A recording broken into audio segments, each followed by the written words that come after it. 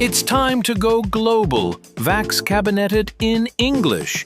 Enjoy listening to Swedes trying to speak English and dive into an in-depth analysis of Steely Dan's The Royal Scam, mixed with total nonsense. But most of all, enjoy the guest appearance by IQ guitarist Mike Holmes. Mike begins to realize that some people in Sweden seem to have no soul whatsoever, and that quite a few of them also love their Excel spreadsheets. Naturally, we also get some updated info about what IQ are up to right now. By the way, this week's picture puzzle was solved unbelievably quickly by Pontus Jarenskog. Enjoy the episode! Vaxkabinettet, Vaxkabinettet, Vaxkabinettet, And then we say hello and a warm welcome to this historical episode in English of the Vaxkabinet. Therefore, we have a guest with us today from the UK, but we won't tell you who it is quite now. So I'm going to say hello to Anton. Hello, Anton. How are you today? Hello, I'm pretty fucked up, I think, because this is hard. This is very hard. I hate to speak English. My pronouncing sucks. My vocabulary sucks, and my grammar sucks. So I think I'm just gonna do it anyway. We're going to talk about an album that sucks too. So, we have a guest that make me feel very good. I'm honored. So I'm nervous, and I must be some kind of masochist, I think, because I am very uncomfortable right now. Yeah. Nice to hear. Nice to hear. What about you, Jerker? Jerk? The jerk. Yeah, jerk. Yeah, The jerk. That's Yes. That's nice. Nice introduction. Yeah. Thanks. Yeah, my name Thank is you. Jerker, not jerk. Sorry. Are you sure? Well, I'm nervous too, of course, but I'm good. I'm really excited about today's episode, of course, and it's a great honor to have this guest with us today. So looking forward to it. Vaxkabinettet. The guest of today is no more nor less than the guitarist from the neo-progressive British band IQ, Maestro Michael Holmes. Welcome to this episode, Mike. Hi, thank you very much. And you're directly from a hotel room in Southampton. A hotel room in Southampton, that's true, yes. Yeah. I'm in the studio at the moment, so I dashed back here and failed to connect a few times, and then finally was able to. Yeah. So here I But am. now you're here. Now you're here with us among friends. Yeah. That is the I've seen you a couple of times, 12 times or something like that. But Jerker, you have seen IQ before me. You saw them 91, didn't you?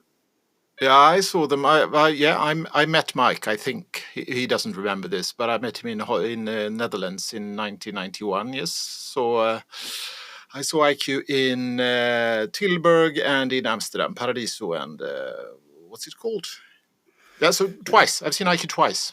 cool. That's what I'm trying to say here. Yep, that's good. That's good. But I've seen you. I think I saw you first time at Loreley at 07, and later on I've seen you almost every year since then. No, it's not true, but any other year, of course, something like that. And the last years of IQ has been quite hectic, hasn't it? You released Dominion last year, and you were in Gothenburg. Yes, we were, yeah. It's odd, really. We have lots of, years between albums, and it always seems to be a real rush to finish the album. So that was quite hectic. We, I guess we were doing other things in between. But yeah, playing in Gothenburg, it's first time in Gothenburg. That was good. Yes, yeah. You also got to play a couple of songs. I like this, the setup of the songs best ever on that occasion, actually? The set list. Yes, the set list.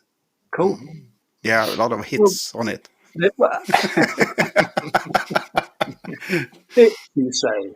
Yeah, but also you played on the Cruise to the Edge this summer, didn't you? We did, yes, in April. Yeah. Yeah. That was How was different. that? It was. I guess it was enjoyable, really. Anything that could go wrong did go wrong. Yeah. Okay. But we've got free cruise in the Caribbean, so we can't really complain too much. And What did go wrong, Mike? For example, Yeah, give us man, a hint. everything, and more than any other gig we've ever played. Uh-huh. Things Wow. went wrong. Yeah. Did you get to And- meet any of your heroes, any of your prog heroes on the cruise? Or perhaps you not- met them before.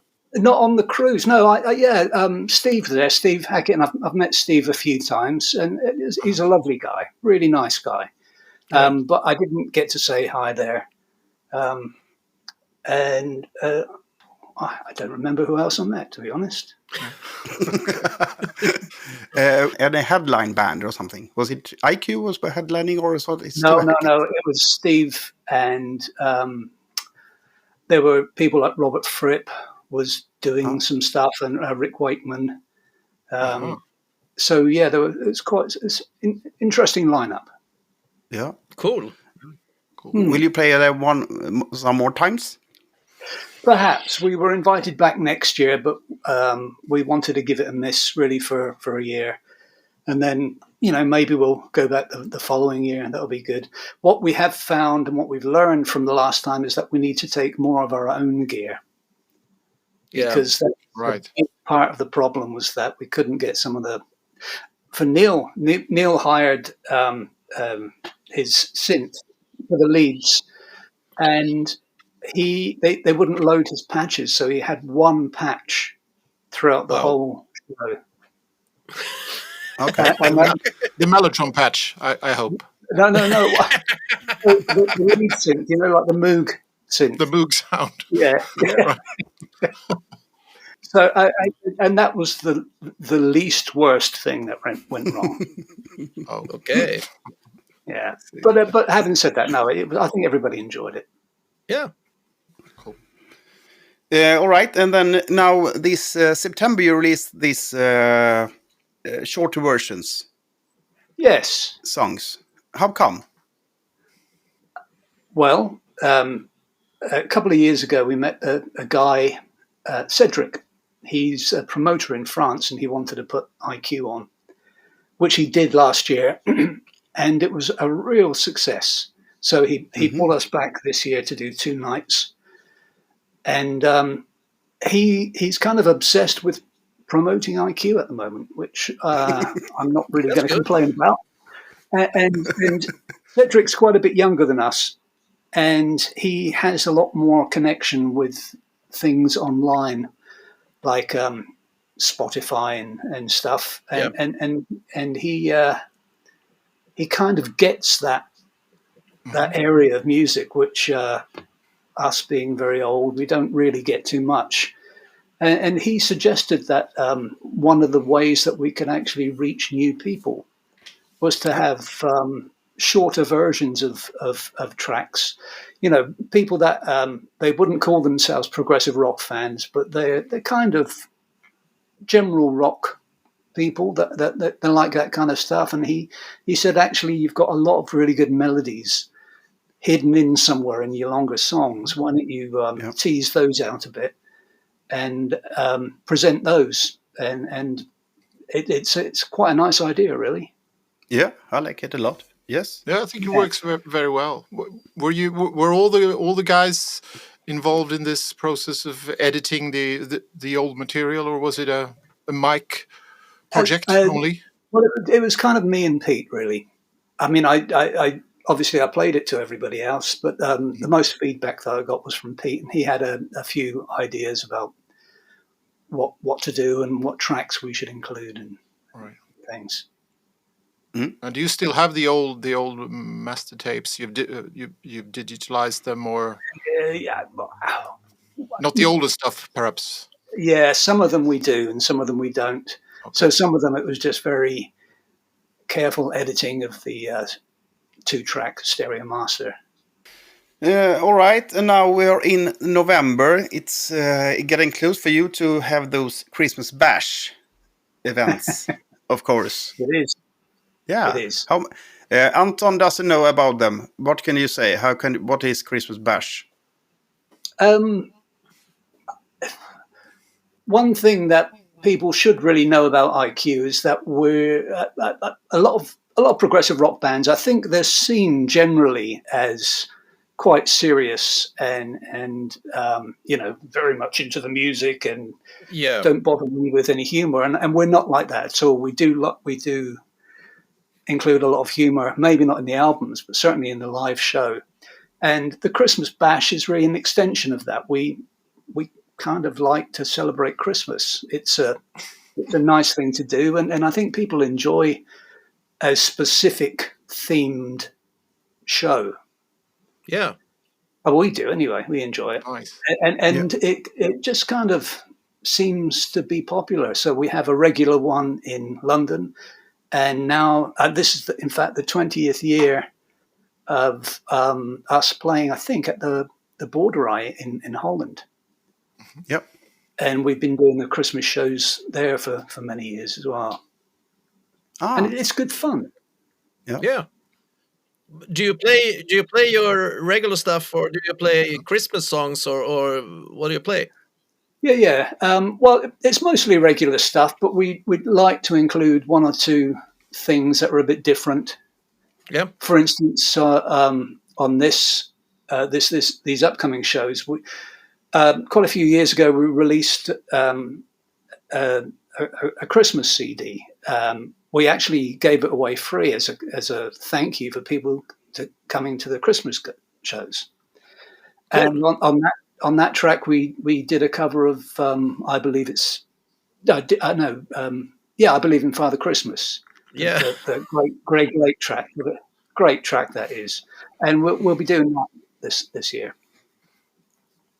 That's great. I like it. And of course, I get to wear huge wings for the encore. Which is the most important thing. Yeah, I've seen pictures of that. Yeah, that's amazing. I love that. Yeah. I really love that. But you want to play some of the other songs from that CD, from the Tales from a Dark Christmas? What we have done in the past, we played the Dark Christmas Suite, the big long one. We've done that. Yeah. Yep, that's a good one. All right, what happens to IQ 2026 next year? What happens? Well, we have a few gigs planned. Yeah. We're hoping to, as I mentioned earlier, we had quite a bit of material left over from Dominion, so we're hoping to put that together in some shape to release next year as well. I have to stress that that's not the new IQ album. Okay. It's what we would have used as the bonus disc for Dominion. But we did have a good idea for that. We did something in '97 called Subterranea, which is a double concept album. And I was listening to some of the stuff that we've done, and it kind of reminded me a bit of, I don't know, are there any Harry Potter fans amongst us? Kind of. I like the movies. Yeah, sure. Yeah. There's a theatre production called Harry Potter and the Cursed Child. I don't know if anybody's heard of that or anybody's seen it. Essentially, I'm giving away the plot a bit, but essentially one of the characters gets a time turner. They go back in time and alter stuff, come back to the present, and it's altered. And it's a present where Voldemort didn't die. He actually won. So it's a much darker, more oppressive present. Yeah. And it occurred to me with the character in the story of Subterranea, it might be a nice idea to revisit that and have him, like in a multiverse type thing, have him released into a much more oppressive, darker world. And so that's what we're doing with this material, essentially. That's interesting. I like that. Yeah. Anton, you might be giving it like 6 out of 15, perhaps. Perhaps. Just rub it in. Yeah. All right. Thank you. I've seen you a lot of times, Mike, and we used to have some beers when I see you, and I'm very grateful that you're here. So very nice having you here, and perhaps we can... what about those 5 albums? Can you give us 5 albums that somehow gives us who you are in music? Yeah, that's such a difficult thing to do. One of them definitely has to be an album called Hey Gira by Joni Mitchell. Are there any Joni Mitchell fans? Yeah, I like her. Hey Gira is just an incredible album, and it's got some of the best lyrics ever, and some of the best tunes. Production is great, and the people that play on it are incredible. Jaco Pastorius on bass. Yeah. And even like the harmonica pieces are played by Neil Young. Oh, Victor Feldman on vibes, and and it's a really great album. I'd recommend it to anyone. Great. So that's going to thank you. Pretty much up there, I think, for me. Yes. That's one. God. That's Another one, 4. Mike. Well, I think I'm going to have to say The Royal Scam, of course. Today's album, right? It is a great album. Wow. Yeah. And again, it's got some great tunes, great people playing on there. It includes my favorite ever guitar solo. Oh. It's just brilliant. And well, I mean, they all are really all Steely Dan albums, But how come you put this album in front of the other ones? Most of the fans say Aja, don't they? They do, yeah. And Aja is a perfect album.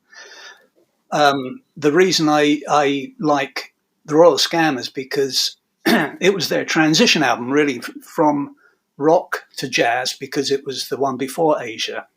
Yeah. And so they were kind of in transition. And in effect, it's the most progressive album. I know there's some prog-sounding tracks on Aja, but actually, in terms of musical progression, The Royal Scam is the one. And it's just full of funk. Yep. No, it really is. It's just so funky. And I love it.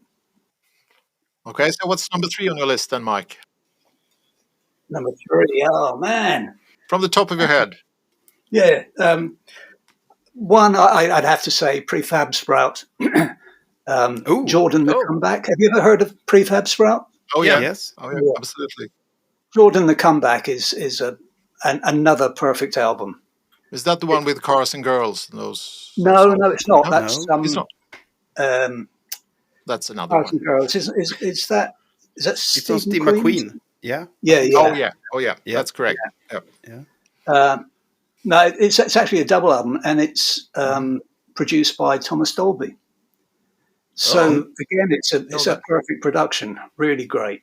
And Paddy McAloon, the voice is gorgeous, and his lyrics are just great, really good. Agree. Yeah.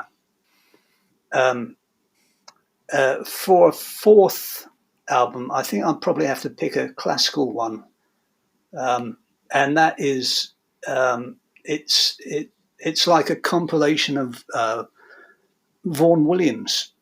It includes the Lark Ascending. I don't know if any of you are classical people at all. No. The Lark Ascending is a major track. There's a radio station called Classic FM in the UK, and they have every year they have the top 300 people vote for it, and the Lark Ascending is always in the top 3 and often number 1.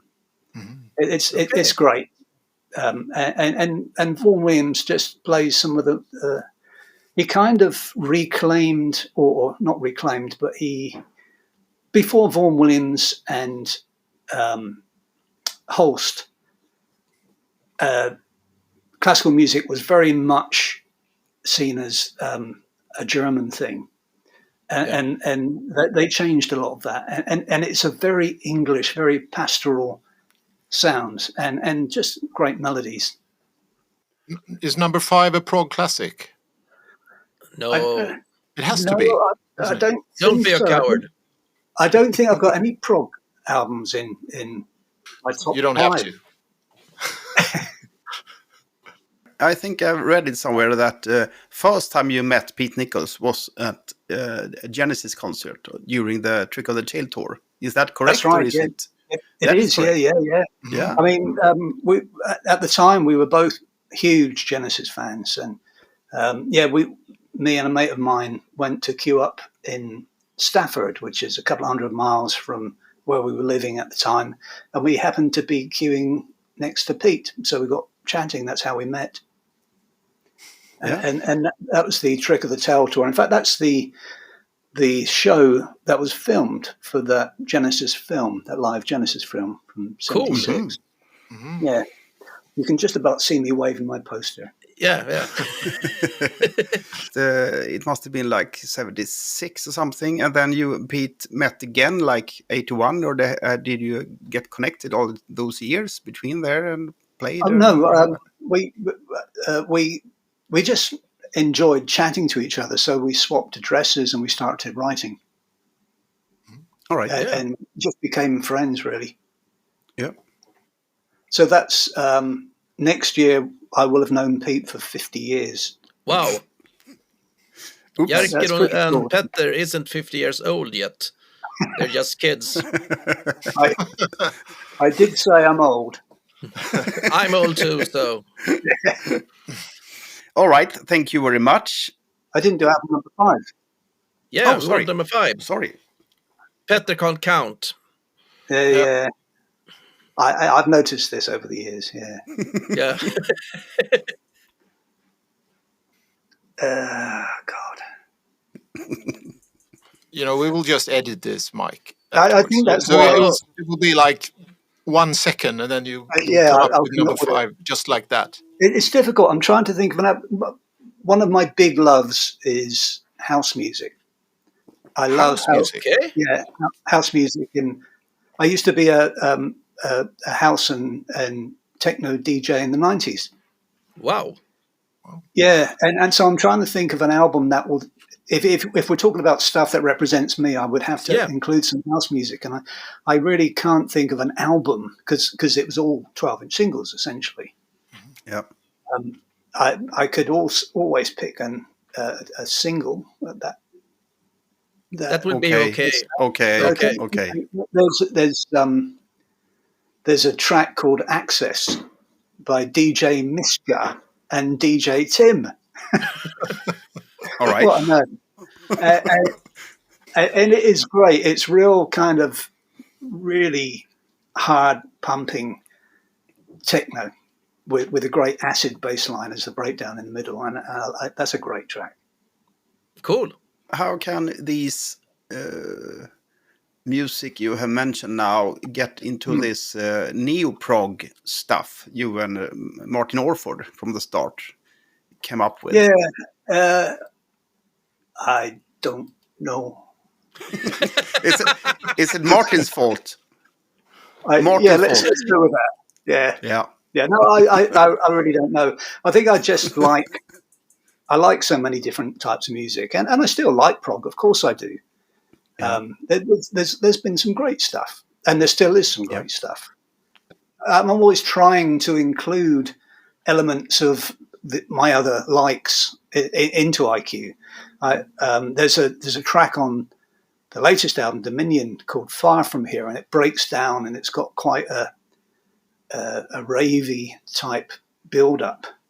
Yeah, and I'm always trying to include some elements of that into the IQ sound. Right. Have you ever considered, doing something completely different style-wise, playing like, I don't know, straight pop, Death side projects of any kind? Yeah, I guess I have considered it. To be honest, it's always a matter of time. Yep. because there's a few things that I'd like to do, and I just don't ever seem to have the time, really. And you are very much involved in or in charge of the production and all that when it comes to the IQ albums, right? Yes. It's your Pretty you have much, yeah. lots of work to do compared to the others in that sense. Yeah. Well, yeah. I mean, I can spend literally months in the studio from start to end with an album. All right. Shall we get into the Steely Dan world then, perhaps? It's about time. You Is say it that about like it's a time? bad thing. No, it's not a bad thing. Before we start with the Steely Dan, I will ask you, Mike, how many times have you seen Steely Dan perform live? 54. Yes. 54 That's times. insane. And it's quite expensive as well, because most of those were in America. When did you see him the first time? I first saw them in '94. Ah, That was in Phoenix, Arizona. A friend of mine sent me was it email then, or it might have even been a letter that said, Steely Dan, they're playing it's almost my back garden. It's just around the corner. Come along, I've got tickets. yep. So yeah, that was good. But I was going to say they haven't played for a while now. Obviously, Walter Becker died quite a few years ago. There's two guys in Steely Dan, Donald Fagen and Walter Becker, and Walter died. And then last year, they were supporting the Eagles on the Eagles farewell tour. Okay.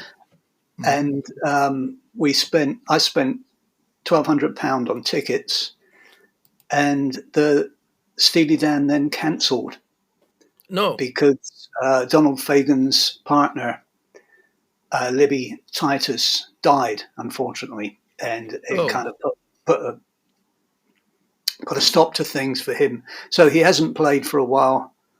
But they used to play. There's a venue in New York called the Beacon Theatre. I don't know if anybody's heard of that. It's a great theatre, and they would do like 8 or 9 nights there, do different albums each night. So I would go to all of those essentially. Yeah. All right. You got to see the Eagles then for the Not first time, really. I guess. No, I'm not an Eagles fan. But you got to see them, or did No, you? I didn't you go. Oh, you didn't No. go. Okay. No, and I didn't get my money back either. Oh, what a shame. Yeah.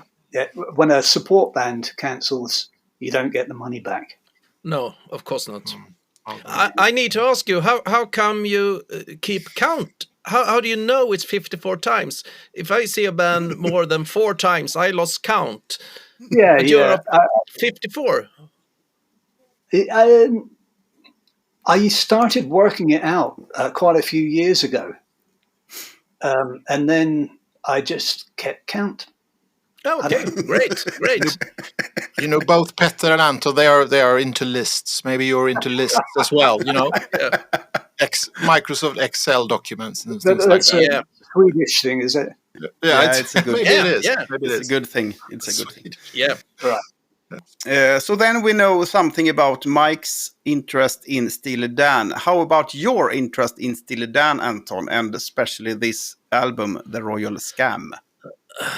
Well, I tried Steely Dan since the 80s, I think, and I never get them. I don't know. I put them something between Chicago and Toto, some kind of missing link between them, and I think that I first listened to them, I couldn't appreciate the quality. I don't think I understood how skilled they were and how complicated it was. And when I start to understand, we got guys like Dirty Loops and Jacob Collier and stuff, and that makes Steely Dan sound kind of passé, I think. I'm not super fond of them. I'm very impressed of their skills as a composers and as musicians, how they play, how they arrange the music, and yes, but I don't like the songs that much. All right. What about you, Jerker? Well, for is it five, maybe 10 years or so, two people have been telling me that Steely Dan are great. It's you, Petter, and it's our mutual friend, Johan, and you too, and now Mike, of course, are the only people in the world who I know listen to Steely Dan. Oh, Yeah. And Johan has almost threatened me before this episode. Don't you dare saying bad things about Steely Dan. So my knowledge of Steely Dan is pretty limited, but I've been enjoying the last 2 weeks when I've been listening a lot to this album. So it's been interesting. I'm kind of surprised that you only know two persons that like, because you hang out with musicians. It's always musicians listen to Steely Dan. I think there's a lot of musicians listen to Steely Dan. I know a lot of people that like Steely Dan. True. So I'm quite surprised that it's only Petter. Yeah. And I am not a musician. Yeah, twice surprised. And what about you, Petter? Yeah, it was when we were living together in mid-90s, Jerker. And also Stefan, Michael, you know who Stefan, our friend. Yes. We were living together, and the Swedish pop magazine Pop, it was this big poster in it of the Donald Fagen album Kamakiriad. What was it called? Oh, okay, yeah. And I got interested in that, so I borrowed it on the library and listened to it a lot. And I mentioned it for our friend Johan, and he said, "Oh, you must listen to Steely Dan." And after that, I will listen to them. And I have a couple of albums. I'm not listening to this one that much, but I listen to a lot of Alive in America, the live album, and some of the songs appears from this one. So from the mid-90s, but I've never seen them though. I have a Can't Buy a Thrill on vinyl, sort of. That was, that was their first album, and it's such an incredible, accomplished album for a first album. Yeah, it doesn't sound like the first album from a band at all. I adore Reeling in the Years. That must be their prime, the best song, I would say. Well, no, but yeah. Actually, one of the times I saw them in London, they had Elliot Randall come on and play that for the encore, because he was the guy that played the guitar on Reeling in the Years originally. That was pretty cool. Yeah. All right. Then I'm going to say something about this band, Steely Dan. Petter pratar Petters plattityder. Plattityder. Steely Dan, whose name is taken from a dildo with that name on some. Yeah, that is true. I love from them. Some movie. I don't remember the name of the movie. It's not right? It's the book The Naked Lunch. Mm-hmm. William Burroughs, you know the author? Yep. It's a steam-powered dildo. Yeah. Steely Dan. Yeah. Cool. Right. Yeah. I've seen the movie. Is the dildo a part of the movie? Because I don't remember it. Yeah, I don't think it is. The movie was odd. Yeah, very odd. Very, very odd. Yeah, I didn't quite get the movie. No, neither did I. Anyways, the band was formed in New York in early 1970 by the guitarist and songwriter Walter Carl Becker. He died in 2017, as you mentioned, Mike, before here. And also, of course, the keyboardist and songwriter Donald J. Fagen. He still plays. He does, yeah. Sort of. They haven't actually played as Steely Dan since last year, but recently he's been going out just playing guest keyboards on little bands. He would turn up at a little venue in New York and play with them. So that's cool. I'm hoping that they'll be going out again soon. Yep. Yeah. All right. Steely Dan was originally a band, but early on, perhaps they are perhaps the greatest perfectionists in music history, I would say. Yeah. Fagan and Becker, or Beck and Fagan perhaps, felt that they didn't like to play live in the traditional way, so it became more of a project where these two decided and controlled and set until they were satisfied with how their material sound should be performed, kind of. That is true, Mike? That's true. Yeah. They didn't That's play true. live for a long time. They did a tour in '74, and then I mean, they may have done a few things, but it was pretty much the early '90s before they went out again. Yep. Wow. Yeah, good. The music is soft, we're listening professional at the highest level, smooth, melodic, and groovy. But their fame is the music combined with the often ironic lyrics, Yeah. which I don't really understand. So sorry, you Mike, understand these lyrics much more than we do. I can imagine. Perhaps I have to say, sometimes I have to have them explained to me because they are very kind of embedded. The meaning is really embedded, and Right. they have this great skill of writing great sounding lyrics and that are easy to sing, but actually they have often sinister meanings. All right. we might mention that later on when we come to each song, I believe. All right. The band has released 9 studio albums. Their debut in '72 with Can't Buy a Thrill. The following year came Countdown to Ecstasy, followed by Pretzel Logic, Katie Lied, and today's album, The Royal Scam, who came out in '76. It was followed by their perhaps most famous and the best-selling album, Asia, 77, and Gaucho, which came out in 1980. Then the band was put on hold. Next studio album was in 2000, Two Against Nature, and their final album, Everything Must Go, was released in 2003. They released a live album, which I mentioned before, Alive in America, where the Swedish guitarist Jojje Wadenius might play on. I don't know. He played with Steely Dan for some years.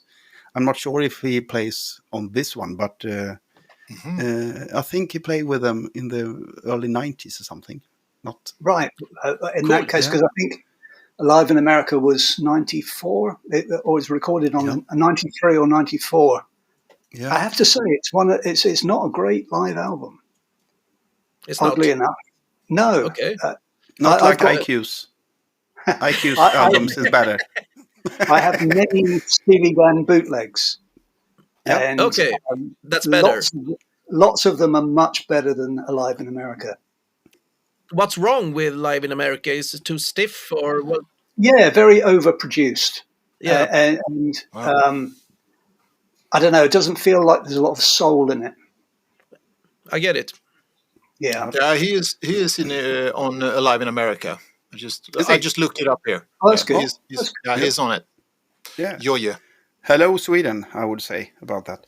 And also, it was a good thing for me because I listened to the Kimmy Cariad album from Donald Fagen, and then I got into the Alive in America, which some kind of greatest hits, almost, you can say. Yeah. Jojje is on that album too, actually. On the Kama Cariad. Yeah, he's on that too. Hey, How do you say that, Mike? Do you say Kama Cariad? Kama Cariad. All right. All right. Addition to this, Donald Fagen has released some solo albums in the early 80s called The Nightfly. It's a good The one. Nightfly is still, after all these years, it's still an album where quite a few sound engineers will use to test the system because it's so perfect. The mix and the sound, and it's just a wonderful album. And many Steely Dan fans consider that as a kind of unofficial Steely Dan album because it came a couple of years after Gaucho. Yep. And it just feels like the next Steely Dan album. It's definitely his best solo. Yep, I agree on that one. And then came my career, like I mentioned, and he released Morph the Cat in 06 and Sunken Condos in 12. Yeah. And in my ears, all those albums sounds like Steely Dan. Also Yeah, Morph the yeah. Cat, and for me, I in my agree. ears, they are the same. Pretty much, yeah. Yeah. I mean, Yeah. he was always the main songwriter in Steely Dan anyway, so. Yeah. And Walter Becker has also released a few solo albums, 11 tracks of Whack from 94 and Circus Yes. Money from 08. That's right, yeah. Are they good? I will listen to them. They are good. They're not Steely Dan, but they do have a kind of a slight essence. You can kind of tell that he was involved with Steely Dan, certainly, but he's quite a bit into reggae. So a lot of them have that feel, which is great. And the nice thing was, just after Walter died, they played some shows. I went over to Dublin to see them, and they played one of Walter's tracks, The Book of Liars, which was a really nice nod to Walter, I think. So it's a nice thing to do. Yeah. Book of Liars, yes, I know that. Where's he from? I think that's from Circus Money. I get the two mixed up, to be honest. But I have that one. I know that song. All right.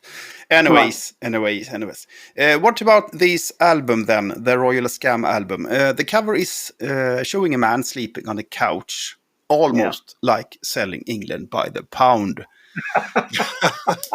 But where it's beautiful and cartoonish on the Genesis cover, we instead have tall skyscrapes with nasty animal heads on the top. Yeah. It's very unclear what this symbolizes to me, but the album itself is not so associated with danger and horror, in my opinion, in a way. I don't think it's horror. I think it's the actual track, The Royal Scam, is to my ears anyway. It's about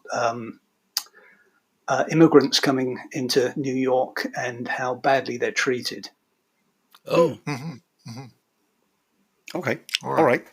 Makes sense. And I also read somewhere that the cover was meant for an album with Van Morrison, which was never released, but I'm not sure. Sorry, say that again? The album cover was meant for an album with Van Morrison. Oh, I didn't know that. That's true. I read it somewhere. Yep. Right. But okay. I can't imagine that. You read it on the internet, so it has to be true. Yeah. I can't imagine that as a Van Morrison. I don't know. Anyway, the album was recorded November 75 until March 76 and was released in May 76. The album was produced by Gary Katz, who produced all of their albums in this era. And 27 different musicians play on the album. It was mostly recorded in ABC studios in LA, but a few other studios were used as well, including A&R recording studio in New York. And they had a permanent sound engineer named Roger Nichols. So you can almost say that Steely Dan includes Becker, Fagan, and also Katz and Nichols as a whole piece. Is that correct, Mike? Is it? Yeah, kind of, yeah. Although I don't know if you know the story, but Roger Nichols actually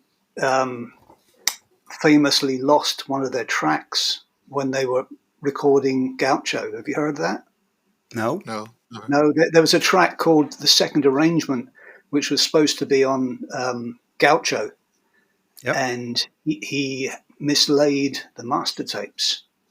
Oh. And Oops. they kind of tried to re-record it, and it just didn't have the heart, so they didn't. And it was lost for many years until after Roger Nichols' death. His daughter was going through all his belongings, and she found a DAT tape of a rough mix the night before he lost the tape. So it's a really good mix. Great story. So Roger Nichols, he kind of was part of the Steely Dan family, but I think that he had a few demerit points for that. I can see that. All right. Yes. The album reached number 15 in the US and 11 in England, and they sold like 1 million or something, like all of the other 70 albums of Steely Dan, except for Aja, who sold like 2.5 million or something. Yeah, I wouldn't be surprised. And the special thing about Steely Dan is that Beck Fagan doesn't play so much on their own albums. I believe they play more on the earlier albums, but for example on this one, Donald Fagen play almost nothing at all. Though he sings on all songs, but he play only his electric piano on like 3 songs or something. And same with Walter Beck, he plays bass on 2 songs and the talkbox guitar on the Haitian Divorce. Well, actually, he didn't play the guitar. He just... I can't remember the guy's name that played the guitar, but Walter Becker did the mouthpiece while the guy was playing the guitar. Aha! Yeah. That's pretty cool, isn't it? Yeah. You're such an and expert, otherwise, Mike. it's only studio musicians who play, and the company Fagen Becker controls and sets and brings in different studio musicians to perform the songs, who get to do it and redo it and redo it and redo it and redo it until they were satisfied. And this was probably even more significant for the next album, Asia, which took like forever to record. But the interesting thing is with one of the most famous musicians is Larry Carlton on the Royal Scam. And he plays this excellent guitar solo. It's not my favorite, but it's such a great guitar solo on the first track, Kid Charlemagne. And he actually just did it twice. And that was it. Yeah. You should listen to that solo because it's an incredible solo for just kind of jamming in the studio twice. Just brilliant. That was the background a little bit about the album and about the band, we would say. And we used to have, Mike, we have 2 special points in our podcast called Wikipedia. And what Wikipedia is saying about this album, and also we use ChatGPT for listening to what the fans would say about this album. And what does Wikipedia say about this album, Jerker? Vad säger Wikipedia om albumet? Vad säger Wikipedia? Well, it says a lot, but you have already said everything, I think, Petter. But I might just add a few things. There were 3 singles taken from Royal Scam. Kid Charlemagne, released in May 1976. The Fez, released in September 76. And Haitian Divorce, released in November 1976. And what else can I add?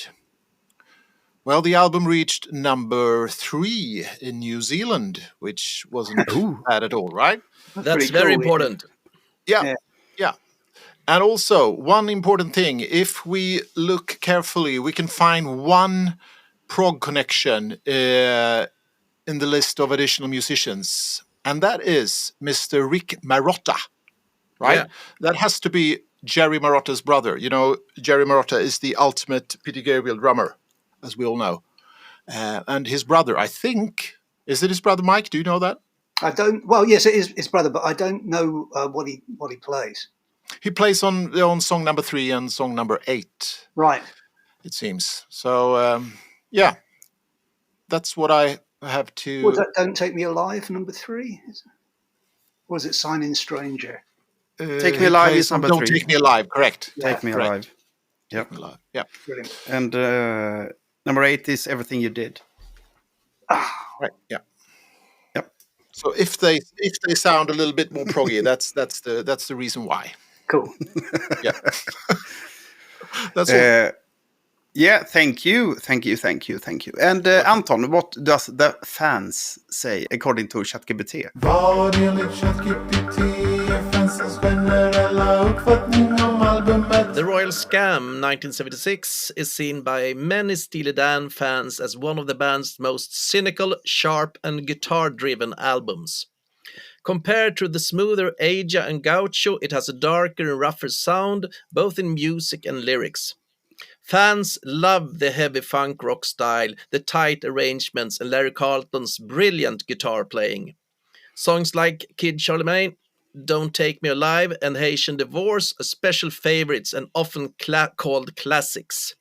At the same time, some listeners think the album lacks the soft, elegant sound of Steely Dan's later work. A few feel that the production is cold and that the lyrics are unusually bitter. Most fans agree that Royal Scam shows the band at their best, mixing technical skills, sarcasm, and attitude perfectly. For many, it's Steely Dan's most rock-oriented and underrated album. Well, it wasn't that stupid. Sometimes the ChatGPT are really stupid. What do you think, Michael? I think that's true. All of that's true, actually. Yeah. I'm surprised that a lot of fans think it shows them at their most bitter, because if you look at a lot of the lyrics, they're all pretty bitter. Yeah, okay. A lot of them, and like I said before, they have a great way of making them sound nice and sweet. For instance, the first track on the Royal Scam, Kid Charlemagne, is about a dealer. And I've forgotten his name now. He was the main dealer for the Grateful Dead, the drugs dealer. Okay. Mm-hmm. Okay. And it's kind of cynical and it's kind of humorous as well. Yeah, but that wasn't the guy that blew himself up. They have some chemist, Grateful Dead. I don't know if it's true or if it's a myth, but he tried to make some LSD or what it was, and then he blew himself up. I don't know if it's true or not, but it's a fun story. Well, it's not funny that he died, but as a story, it's a fun story. It could well be. Hang on, let me just see if I can find it. I knew the name. Of the dealer. Look now. The dealer. This is basic stuff for you, Mike. Yeah. It should be, yeah, you're right, yeah. Owsley Stanley. Okay. All right. Yeah. That was the dealer. Yeah. Inspired by his rise and fall in the 1960s counterculture. Okay. We leave the dealers behind and get into the songs on this album.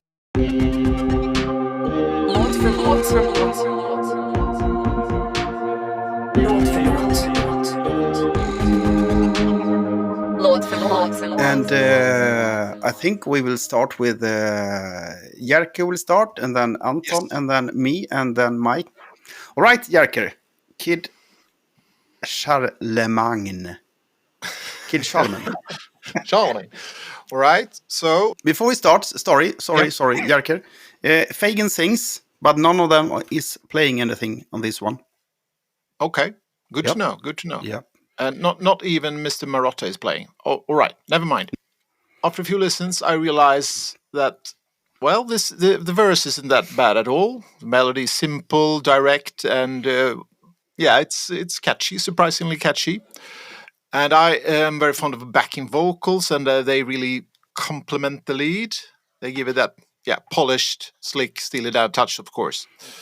And I'm also, as you know, I'm very fond of that oldest trick in the Book of Rock, perhaps, call and response, and they use it here. It's a great use of that.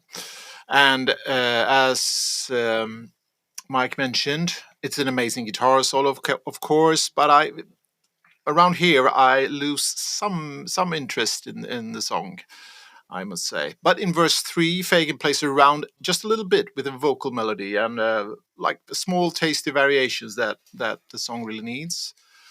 And of course, we get an extremely slick outro. And I must say I like that guitar better than the solo one. So to sum it up, it's a good start, the album.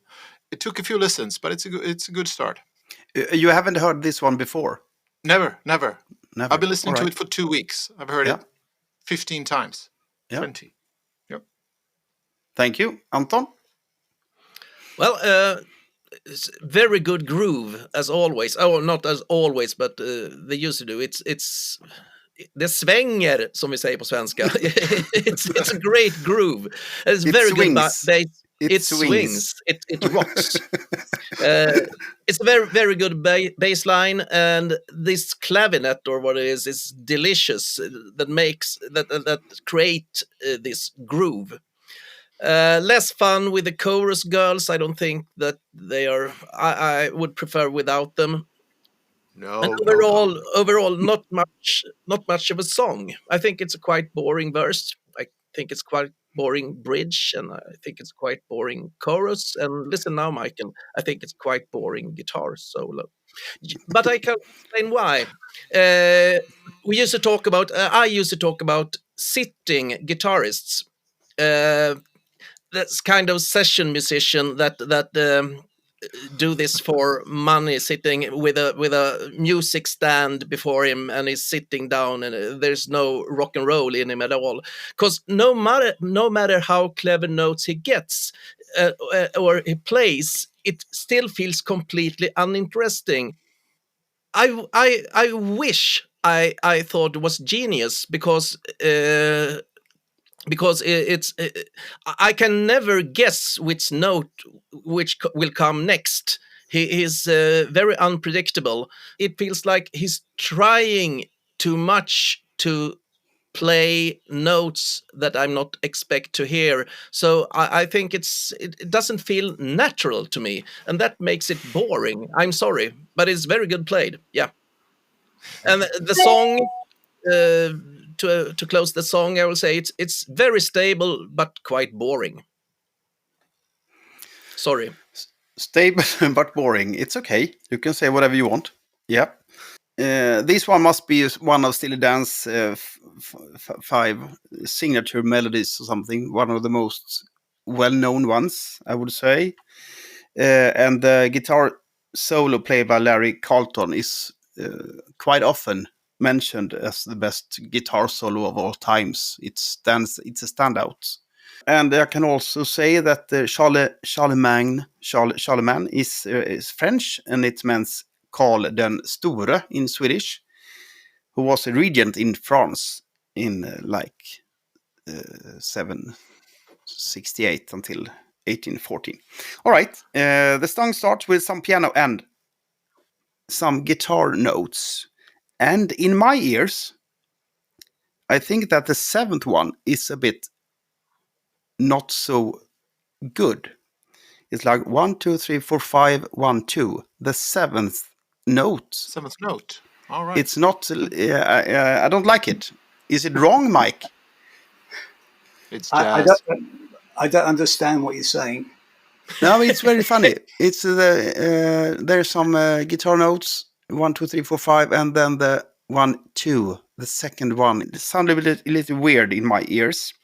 All right, you can hear small, tiny guitar stuff almost all the time in the verse, and then the voices, the choruses. Did you feel like Jesus? And next time, could you live forever? And it's beautiful.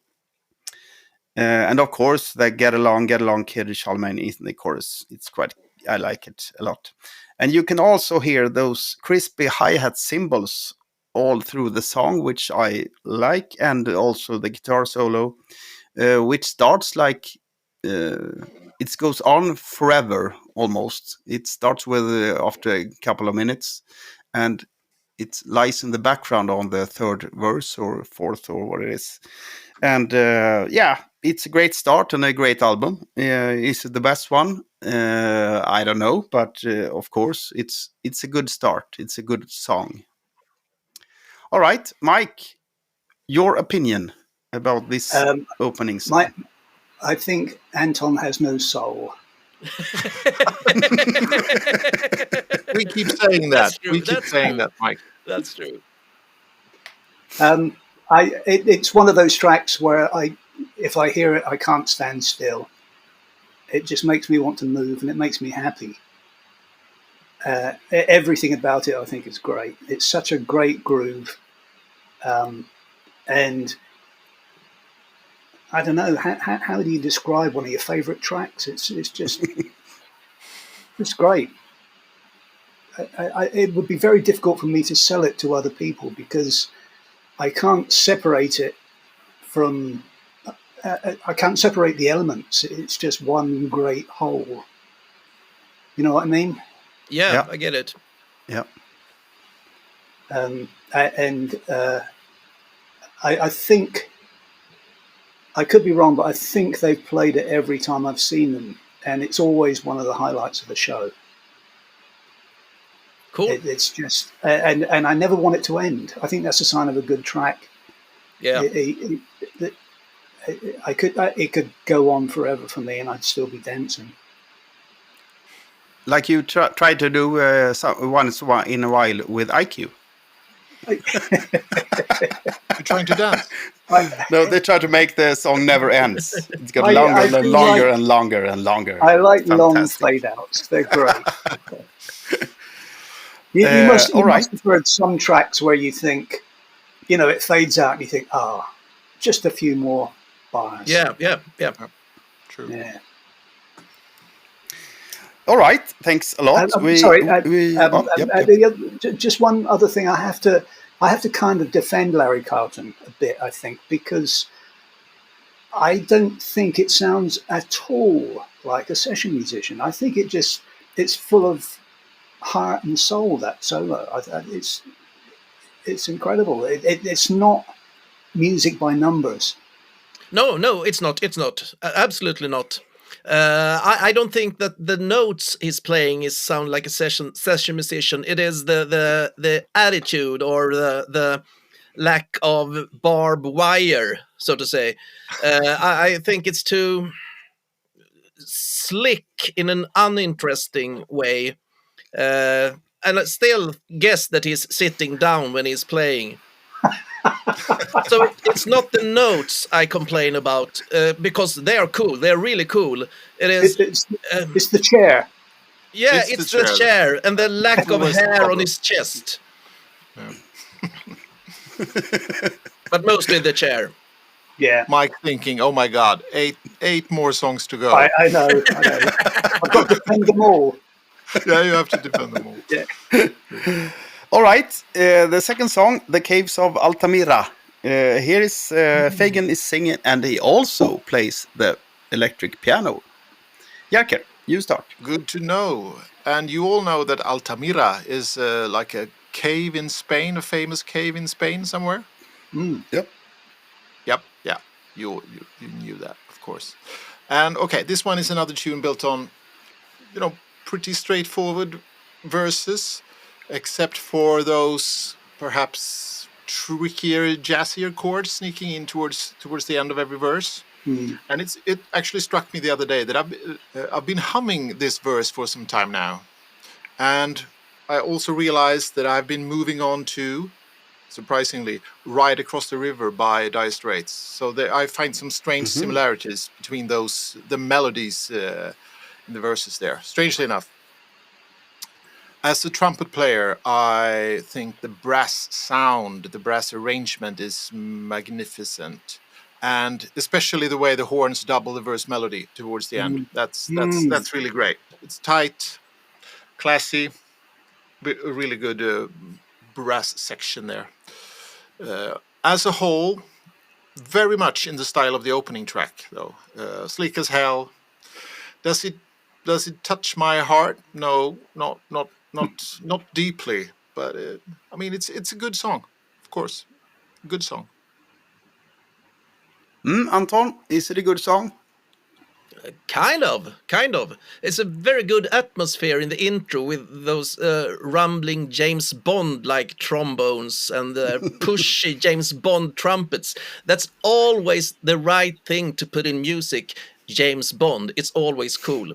And the verse is pretty cool with those twisted chords, and at the end of each verse turn, there are some really twisted chords that I like. Sometimes I feel like they are twisted just because they want to twist them, but these chords are really, really cool. It's the B part of the verses, so to speak. They're quite really cool chords. significantly more interesting than the opening song, and the bridge is great too. But I can do without the chorus. However, I think it just becomes a very complicated banality. It's like we have a very, very, very simple song, and let's put in some chords that no one understand to make it some kind of sophisticated. I don't think so. But the most interesting thing about this song is the saxophone solo. I mean, there are no bigger perfectionists than Steely Dan. How come they release a saxophone solo when it plays out of tune? He's too low. It hurts my heart. It hurts my brain. It hurts my ears. And I don't want to complain about it. For sometimes it's cool. This is to me the more interesting part in this is the mystery about Steely Dan releasing a saxophone solo a little bit too low. I suppose they were doing it on purpose. Perhaps there is some kind of idea behind it, but it's not enough out of tune to be like blue notes. So it's something in between. And no. I want to know why. Why did they do it? I bet Mike's got the answer to that. Yeah, I hope so. Yeah. Because I really want to know. I'm not here to be aggressive against the saxophone. The most important thing is the mystery. Why? Yeah, you know, Mike knows Steely Dan and the guys in the band, of course. Of course. Yeah. All right. Before I let you in, Mike, I will say some things about it. And it's a nice piano melody, and some piano clinkers starts nicely, of course, in the start. And of course, nice vocals in the chorus. It's swings as well. It's a bit horny, I would say, but you cannot say it in English because it's a lot of horns and brass, really. It's a bit horny, sorry. Yeah. And the drums, I would like to mention the drums once again. It takes a lot of space. You can hear the drums very clearly. And that's something I like about IQ as well, sorry. And there's some saxophone solo, and to me, this is the saxophone song of the album. They sings Hollywood, and that is the key word for me for knowing this song out of others somehow. And of course, it's a nice, melodic, smooth, and good song like all the others, I must say, but it's not my favorite. It's a good one, but it's not a standout. All right, Mike. What do you have to say? Do you think Anton is out of his mind again? I would say he has no soul.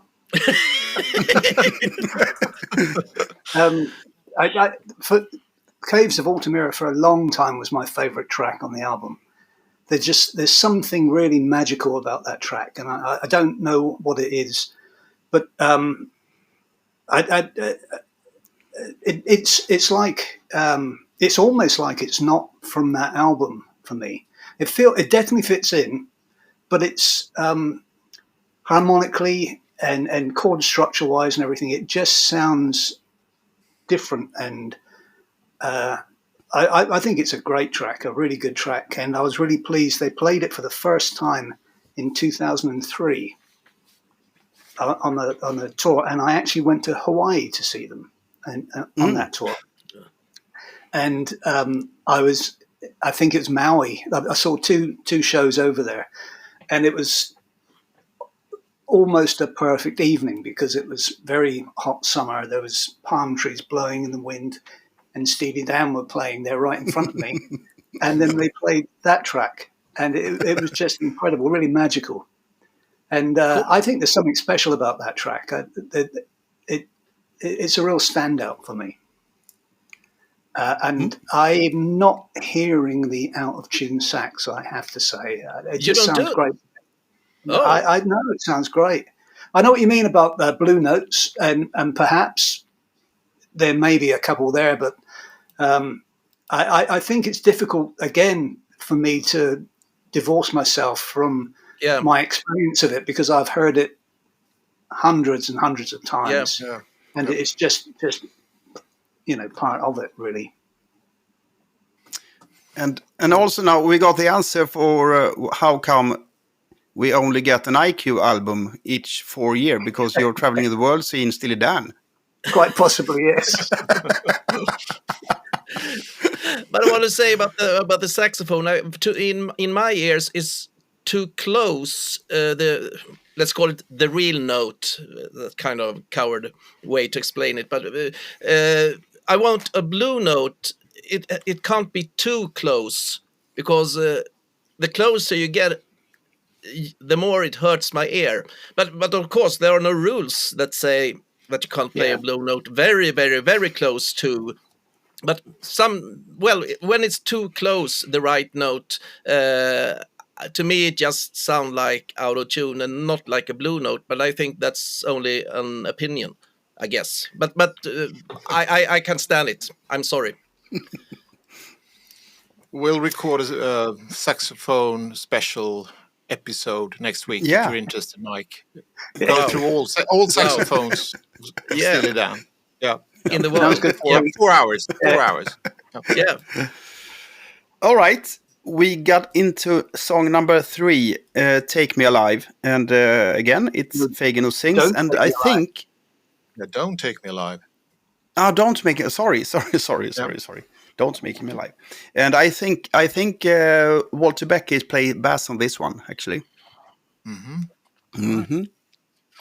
Who plays the guitar solo? Larry Carlton, I think. I think it is Larry Carlton. Yeah. Right. Yeah.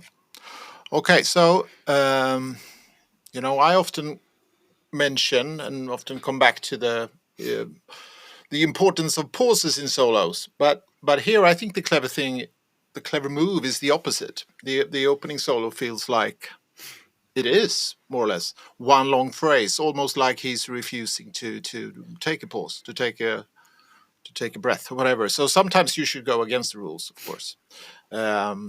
It's just about finding out when it's suitable to go against the rules, right? And I also like that overdriven tone. It makes it thrilling, interesting. But I like that intro. And this one reminds me a little bit of Heard It Through the Grapevine, actually. That same pulse underneath and that sort of serious tone.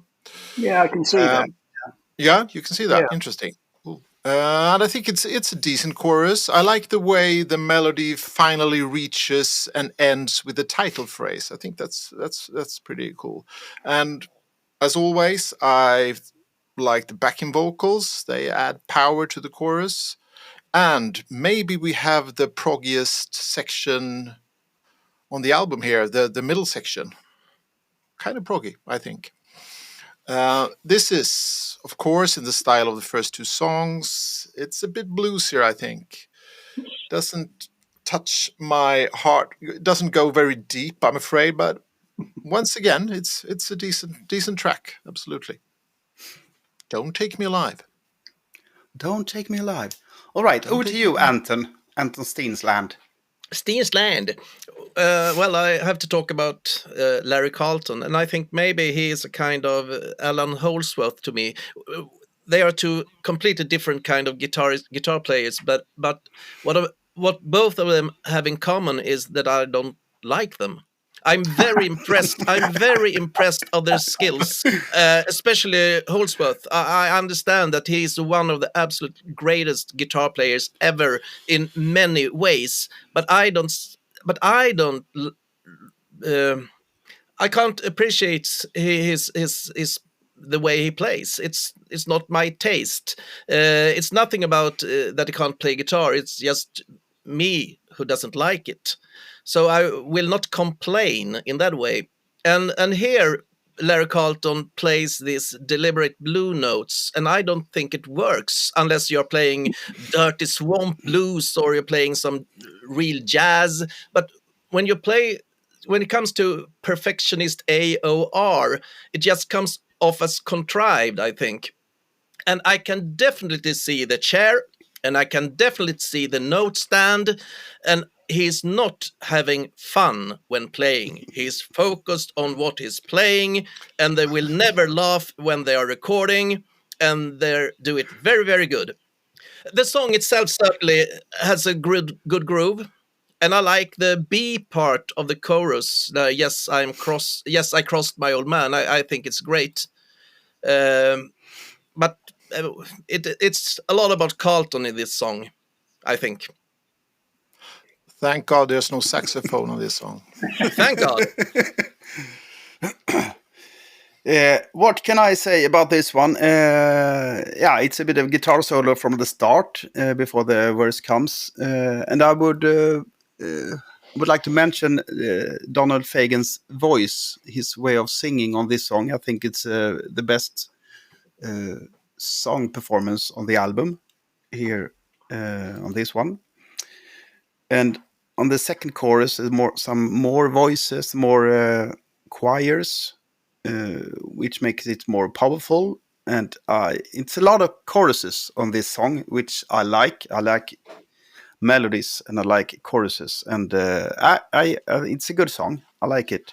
And on this one, it's Rick Marotta who plays the drums, Jacker. By the way, Yeah, Ricky Yes. boy. Yeah, Ricky is playing here. All right, it's a good song. Of course, it is. Over to you, Mike. I think that's an incredible opening to a track. The way it just do, just lets it feed back for a little bit and then just stops it. That's great. That's really good. And then the groove that he gets into. Obviously, Anton's wrong about this again. Yeah. Of course I am. Yeah. But I think there's a lot of heart put into that solo. It doesn't feel at all music by numbers to me. It feels like he's really getting into it, and the whole song. It's just kind of it ascends more and more as you listen to it. It gets higher and higher, and it's great. I love it. Yeah. It's great. We leave it there. All right, song number 4, Sign in Stranger. And here we got Becker plays the bass once again. 2 songs in a row. Right. Jerker, you start. Sign in Stranger. Yeah. I'm curious. Is this Steely Dan's take on Lady Marmalade? Because there are similarities here. First, why is it, I wonder, that they have to play those solo licks? I'm talking about the piano in verse 1 here. Between every single vocal phrase already from verse 1. Sit back, relax, let the guy sing, let the song breathe for a while. Then you can add your piano fills. I think that's sort of an overall problem. This album, all songs are built in the same way. They do not change much over time. You know, if you press play and you listen to a song, it's sometimes hard to hear and feel if it's verse 1 or if it's verse 3. See what I mean? They don't really work and use climax and peaks that often, I think. It's pretty not that dynamic in that sense. The first bar of the chorus sounds promising at first, but they quickly go in another direction. They sort of go back to the verse riffing again, and that it's a shame, I think, because there is a start of something more lyrical that would have been nice. Would have been a nice contrast to the verse, I think. Still a decent song and not as good as track number 1 and 2, though. Sign in Stranger. Sign in Stranger, Anton. Well, Jerker is wrong. The piano is delicious. But not all the time. Yes, it is. It gives the song energy. I like it. It's a very nice groove in the song, and as I said, the piano playing is delicious. And even though everything is hugely arranged, as they always are, everything feels much more natural here.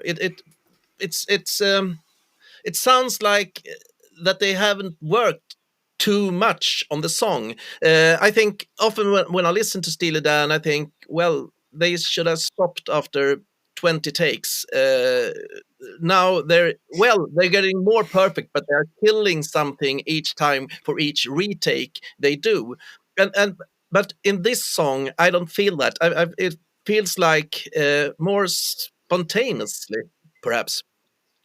Perhaps with the exception of guitarists, is it Elliot Randall? I think his little licks. It's a lot of guitar licks, and I like them, but they don't sound that natural. It's a bit made to order, like he just pulled them out of his gigantic collection of sheet music, where he collect all his licks through history, and he take up a very thick book, and vad heter bläddra? Vad fan heter bläddra? Hjälp mig.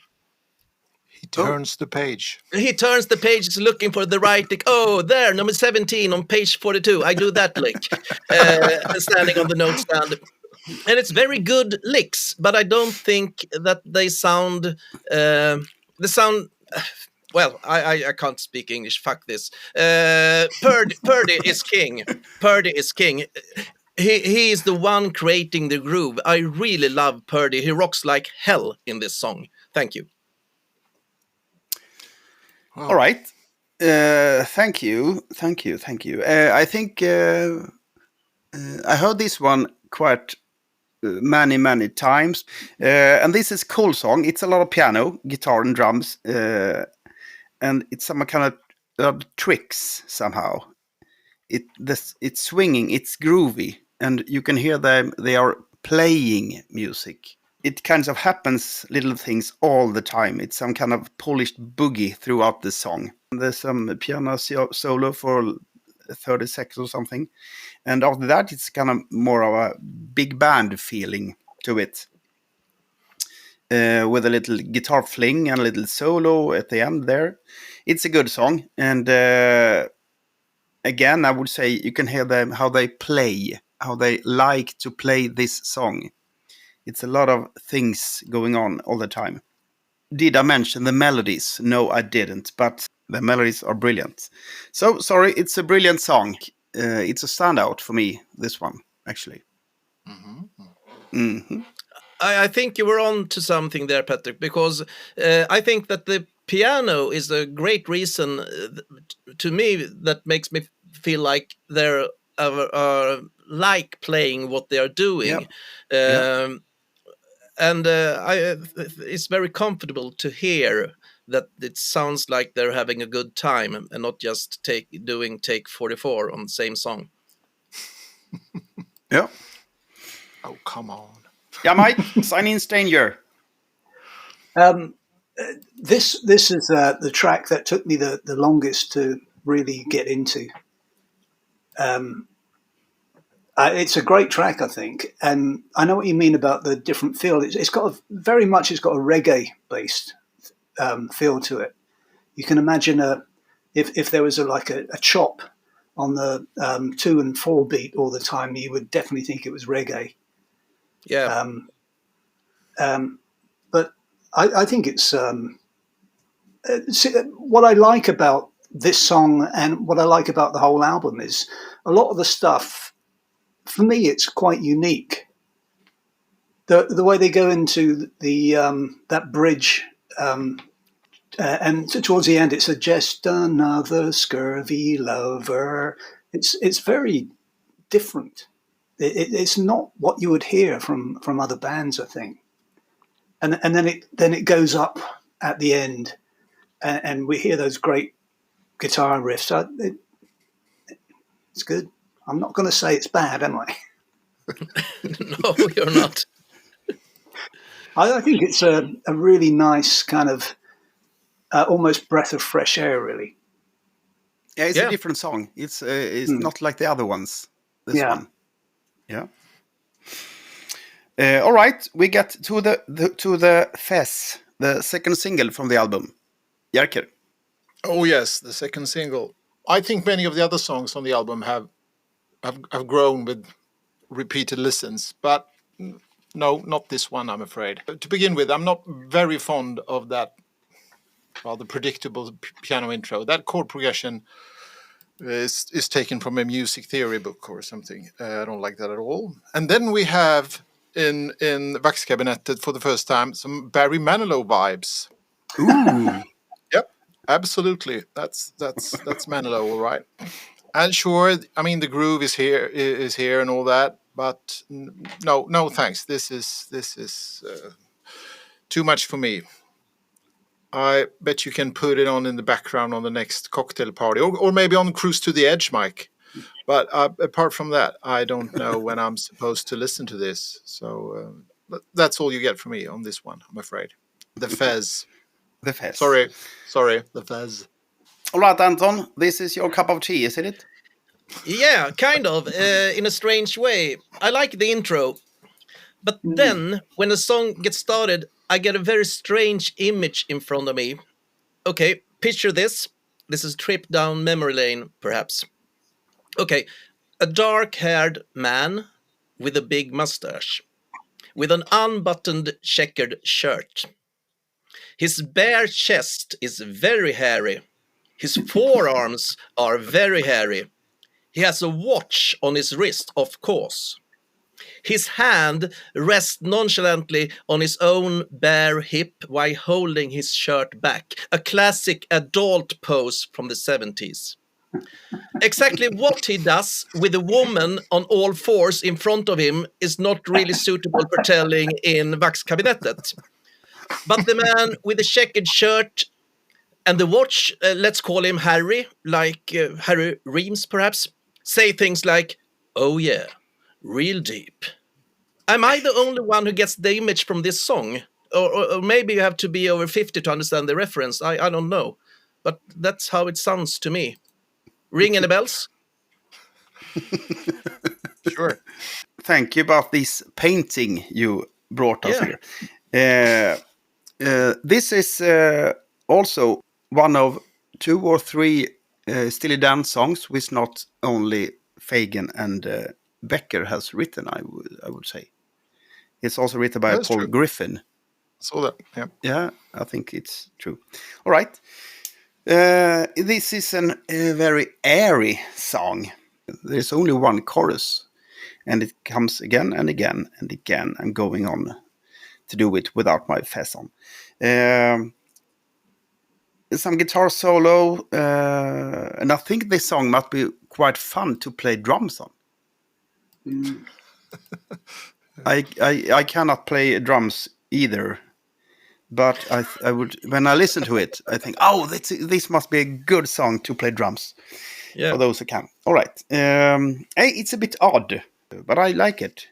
And also, again, you got those melodies, which I adore. So, you find the melodies in the fez. It's a good song. Mike. Yeah.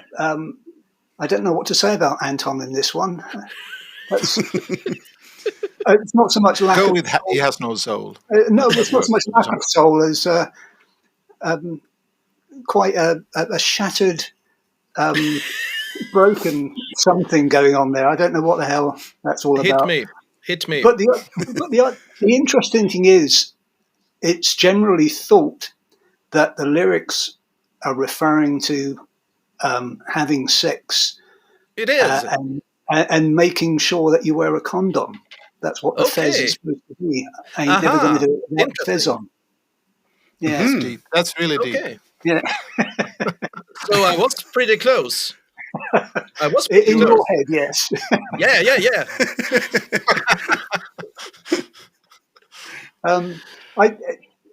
I think it's great. Of course I do. It's just a groove. It's just a great groove. And again, I think they're quite brave because they just do it. The verse has just got one line. What other band does that? It's all about the groove for them, and that's the good thing about it. And then they have this wonderful, "That's what I am. Please understand. I'm going to be your holy man." It's again, it's unique, I think, and that's great. That's great from Michael Holmes. Thank you Of about course. that. Now we're getting into song number 6. It's Green Earrings. Here we can hear Donald Fagen sings, but no one else. Of course you do, but not Fagen or Becker. Sorry. Right, Jerker? Green Earrings. Right. Okay. Am I the only one in the intro? It sounds just a little bit like a Gentle Giant intro. What? Right? Agree?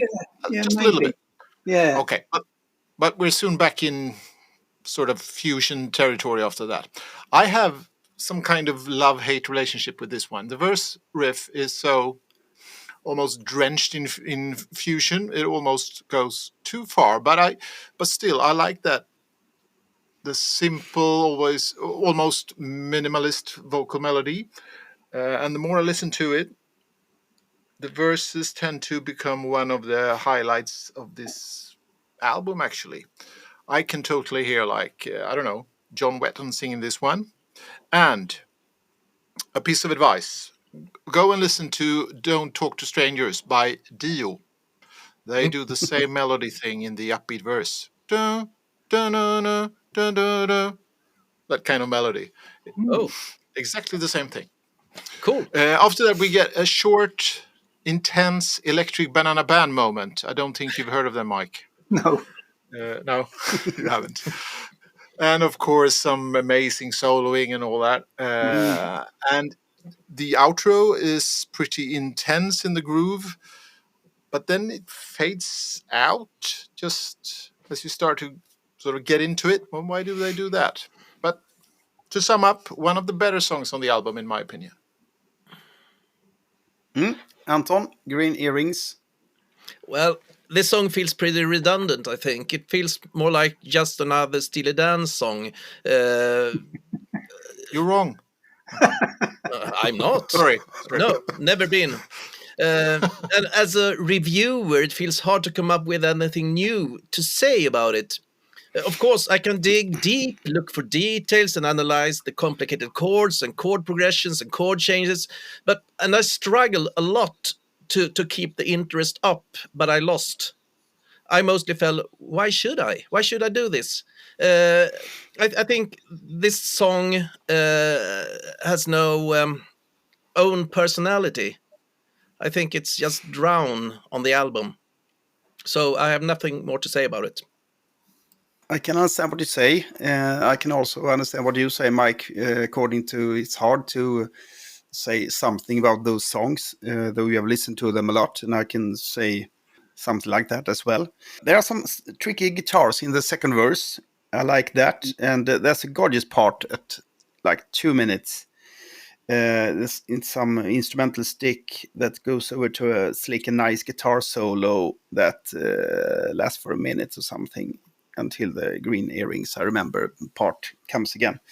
And also again, I would like to put a finger in the air to the sharp drummer. You can hear him plays a lot here. And yeah, it's a great song. Not the best one, but it's a good...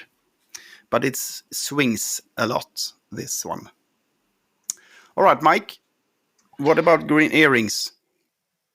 It's difficult to know what to say about that I don't say about the other tracks on this album. Really, it's a great groove, and again, I think it's quite brave the way that they approach the vocal melody, because it's just different.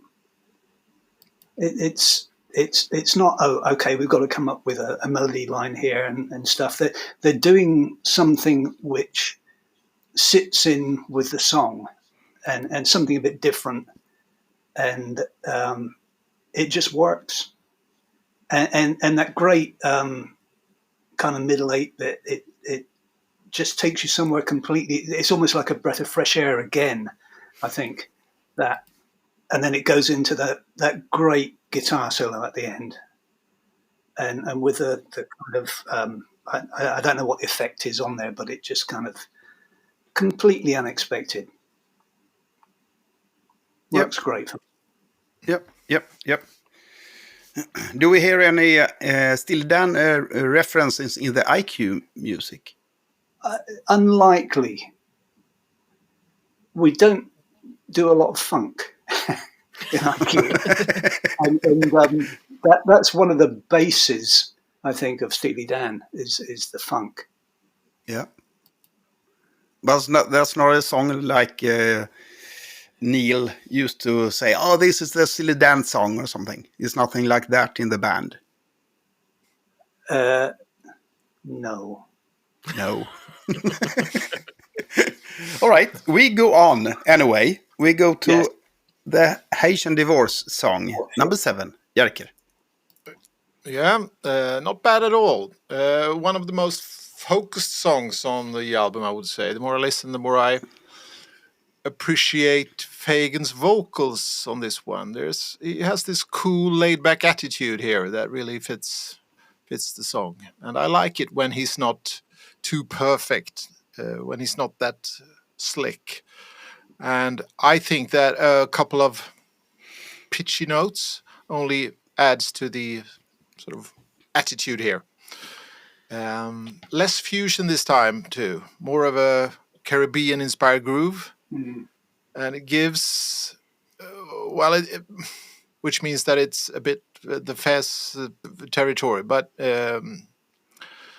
still it gives the track a sort of unique place on the album. I would say the guitar sound is fun and interesting for a while. It gets tiresome after a while though.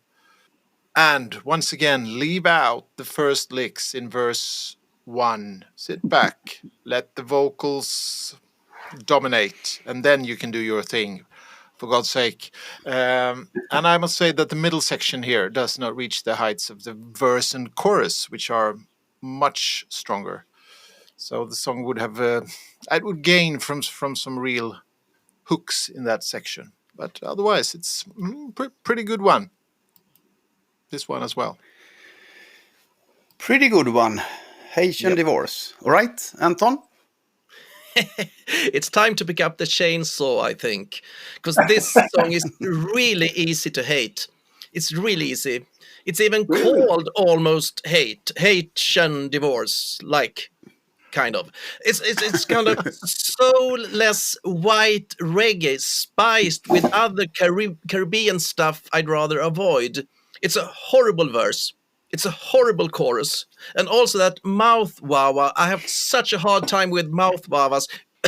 Well, you can do it good, but they are not doing it good.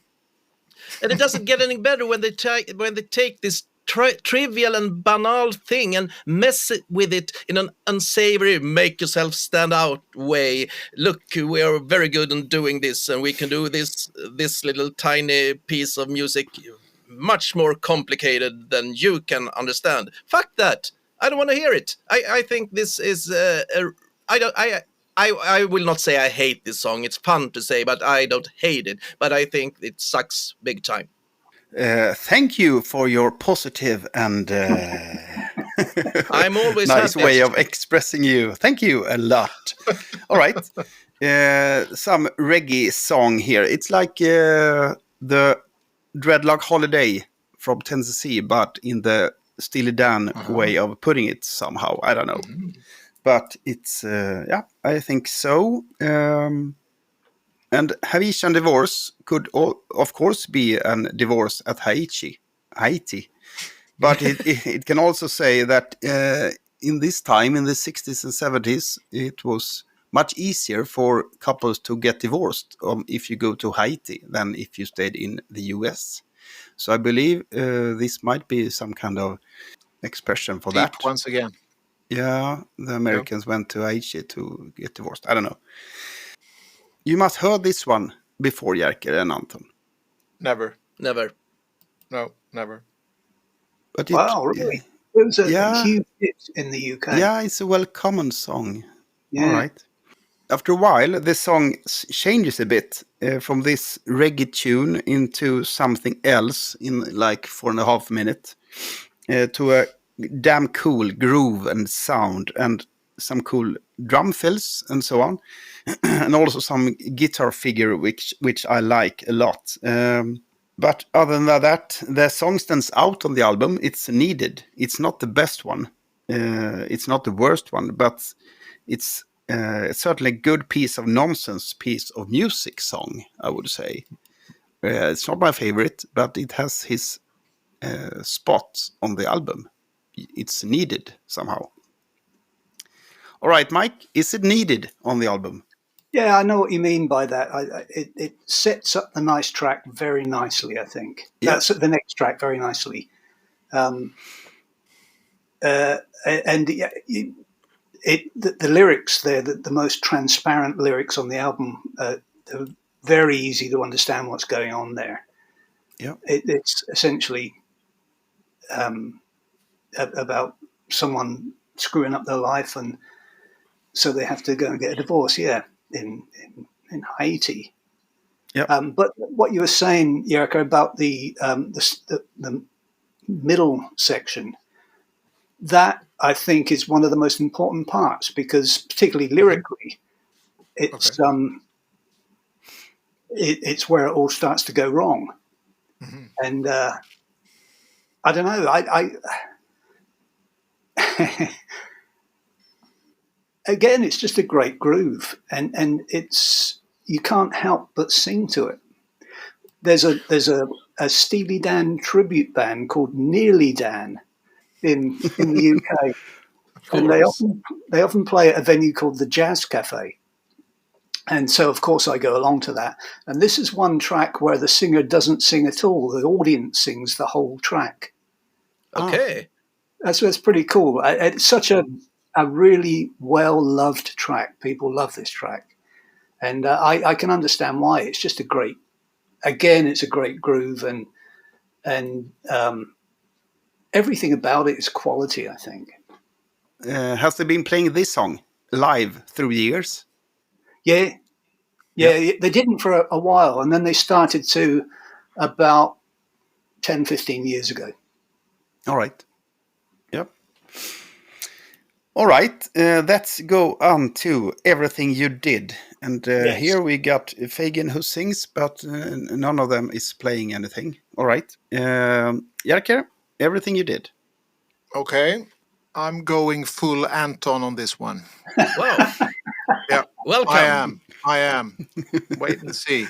This one is boring. And even if I dig real deep to find Soul Brother Jerker, this is not my cup of tea at all. I do like the guitar pads. I don't think this is Larry Carlton, actually. It's another guy. Larry Carlton plays the solo.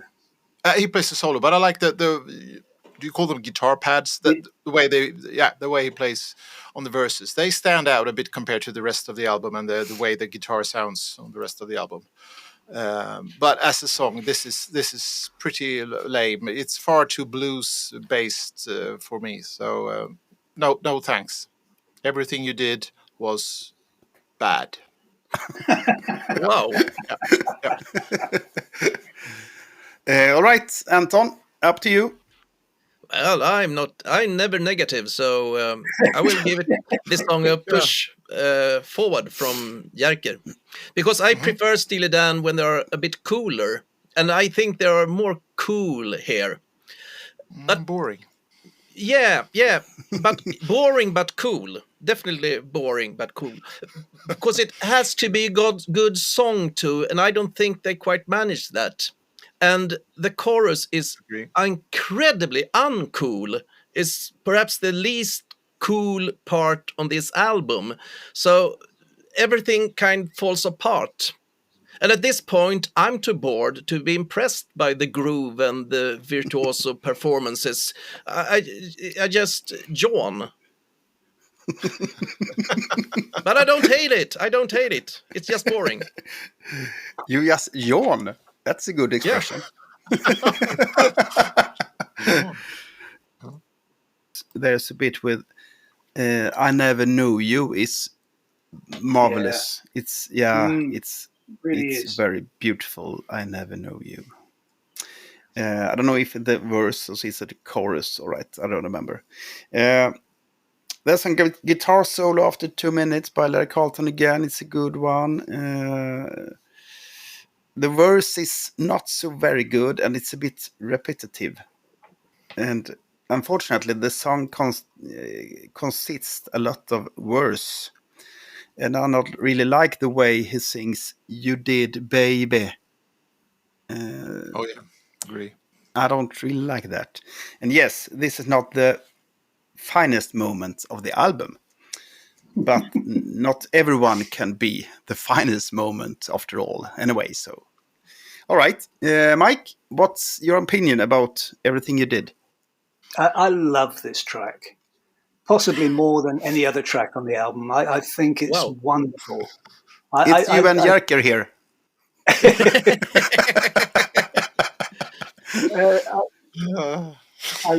And of course, it has that brilliant line, because it's all about the guy and his spouse has done something that he's not happy about. And that's a great line, "Turn up the Eagles, the neighbors are listening." What a brilliant line that is. You can't get much better than that, I think. And it's so tongue-in-cheek. But more than that, this contains my favorite guitar solo of all time. I love this solo because every note is in its right place and it's absolutely effortless. And it's almost like, it came from somewhere else. It was just kind of doing something else, was making him play that. It's such a gorgeous guitar solo for me. I love it. It's an absolute highlight for me. Oh, I better listen to it some more, I hear. Not yawning, Anton. Yes. Tired. But you do need to have soul to listen to this kind of thing. Okay, I show you my soul pretty soon. All right, we got the last song, the title track from the album, The Royal Scam. And here we can hear Fagan sings, and he also plays the electric piano. Jerker, The Royal Scam. Mm-hmm. Yeah, the last track and the title track, like you said. And the epic, maybe? The best track. At first, I thought so. It has this pompous, overblown feel, and that repeated main riff circling over and over, the guitar riff. And it's ambitious, and the atmosphere is pretty strong. And it is perhaps the proggiest track of the album, in my opinion. And it's also built in a different way chord-wise. It relies a lot on they stay on the root chord, and they keep returning to the root chord after every short. They have this repeated sequence, and they come back to the root all the time. It's probably not the best song of the album, though. I feel that they are kind of stuck in this structure a bit. But again, a decent song that ends a decent album. Anton? Yeah. Royal Scam. Royal Scam. There is a hidden kind of sneaky aggressiveness here that I like a lot. Not least thanks to the snare and the bass beats, and that's very interesting because playing on 1 and 3, that's the least groovy thing you can do. But they make it work, and I think it's pretty cool. It's not. I guess that's not supposed to be groovy, but everything they do is groovy. I also like the vocal parts, and I think they're doing really well in those short sequences, how they alternate between the vocal part and this part with a snare and the bass. I think it's really cool. I appreciate the chords on the solo part. I think that very often I think that they are too pretentious, but when they are doing this pretty complicated chords, but here I really like them. I think they are great. But I think what I like most about the song is that it never ends. It continues and continues, it continues, and it really holds up to this. I can just imagine if they could sound like this a little more often, because this is a song I really like, because I have a soul. You have a soul brother Anton. Yep. The album ends with this title track, and it's a little bit tambourine that's in the introduction here. I think so. Together with some guitar figure by Larry Carlton, the verses consist of 3 stanzas that are sung for like 4 times before the chorus comes with its "See the Glory" part, and that. But it's great. There are also some trumpet on this one. And is it some clots here, Jerker, isn't it? You know trumpet sounds with this ball, where you put the clots in the trumpet. Yeah. There is an English word for that. Yeah. What is it? Mute. Like a ball or something. Mute, a harmon mute, and something like that. Whatever. Mike, do you know? What do you have Yeah, when you put the It's a something? mute but in front of the trumpet. A mute, yeah. Yeah. All right. Yeah. Yep. I think it's Chuck Finley who plays this part, by the way. And this is a pretty traditional verse and chorus song on the album. It's one of those. And it goes down a bit at the guitar solo somewhere at like 3 minutes. And the "See the Glory" chorus comes again. The guitar figure is very nice. And there's a fantastic drumming here by Richard Purdy. Again, must mention it. And yes, it's a good song. It's a good song. All right, Mike, is it a good song? It is a good song. It's my least favorite of the album. Of course. What? Surprise. Well, it took me a long time to even like this song. But it's completely different to any other song that they've written.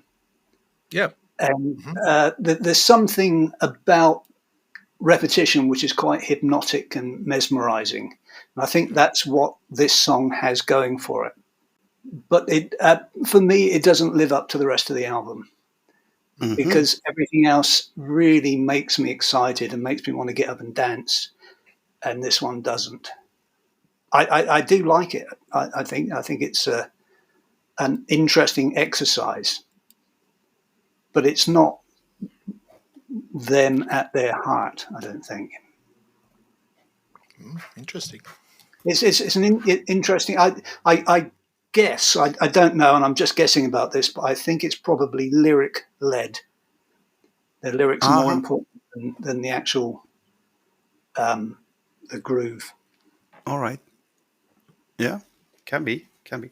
I must take the option here to ask you about the song "Road of Bones." Now I get back to IQ, and the Road of Bones song is very, very different. How come? Well, it was a song of 2 or 3 different parts. The first part was just because. Have you heard of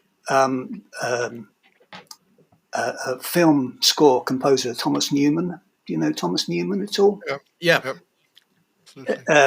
He has these gorgeous piano sounds. He did American Beauty, and there's a famous piano piece from American Beauty, which is great. And in fact, when we were recording The Road of Bones, both me and Rob were looking for a piano plugin that had something to do with that, and we found one that was sampled from his actual piano, the Thomas Newman piano, which is good. Okay. But there was something about those chords at the start, and there's the I think is it fourths or fifths that I've got at, like a drone that goes along. It starts and then the piano comes in, and I just wanted to create an atmosphere really with that. Yeah. And then the next part where the bass and the drums kick in, I wanted to set up a groove essentially. And again, I wanted that to be a kind of repetitious thing.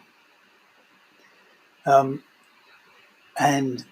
whilst I was writing that, I was sending demos out to people, and Pete said to me, "What were you thinking about when you wrote this?" And I said, "Actually, I don't know if this is the case, but I was watching a lot of Scandinavian murder things on TV, like The Killing. Did you watch The Killing? Anyone? No. Oh, brilliant series. You should really watch it. It's great series. Very atmospheric again. And so that's why Pete wrote the lyrics based around the serial killer, really. Okay.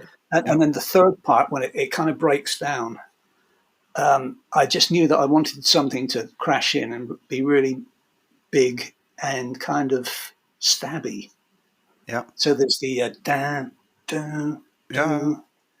strings that come in during that part. And it kind of came together really quickly. But it's very different. It's a very odd IQ song. It doesn't sound like any other song, not to me anyway. Right. I don't know. You don't know. All right. It was off the subject as well. I'm sorry here. Yes. Now we're going closing up about the Royal Scam album. That's where we are here, actually. All right. We're going to pick the best song and the worst song. We start with that, and we start with Jerker. I'm going to do this very quickly. Sound? Yeah. The best song takes place in the caves of Altamira. and the worst song is about protecting yourself during sex. It's about the worst song is the Fez. Don't use the Fez, whatever you do. Okay. Thank you, Anton. This is very easy, very easy. Haitian Divorce, I hate it, and the Royal Scam. It's a very good song. There are no other songs comparing to these two extremes. So Royal Scam best, Haitian Divorce the worst. All right. I got quite a few options. I would say Signing Stranger is my favorite. Oh, wow. Yeah. And the least one is Everything You Did. That's a Sorry, contender. Mike. Sorry, Mike. I can fully understand that. Okay. I don't know how to pick a favorite song, really. Everything You Did has the best guitar solo, I think. But I love it all, really. You could play any track off of there, and I would jump up and start grooving. Except for Royal Scam. Royal Scam, yeah, you can't really groove to that, can you? Yeah. So that would be my. It's not the worst, but it's my least favorite. Yeah. And you are chicken out. You won't give us You the got best to pick song. one. You got to pick a Yeah. favorite. I'm sorry. The best, the favorite one, right? Oh man. I'm going to go with Everything You Did. All right. Yeah. All right. Yeah, we're going to rate this one. 1 to 15. Dags att sätta betyg. Dags att sätta betyg. All right. We have already said so many times that this is an incredibly polished album. But I also think that this perfection is limitations. Sometimes this album is like a machine that never breaks down. You kind of wish it would, I don't know, catch fire or something just once or twice. And I also think that every song more or less follows the same pattern when it comes to dynamics, tempo, and instrumentation. It would be nice to hear them. Do they ever strip songs down sometimes? Like arrange it for just guitar and vocals or piano and vocals?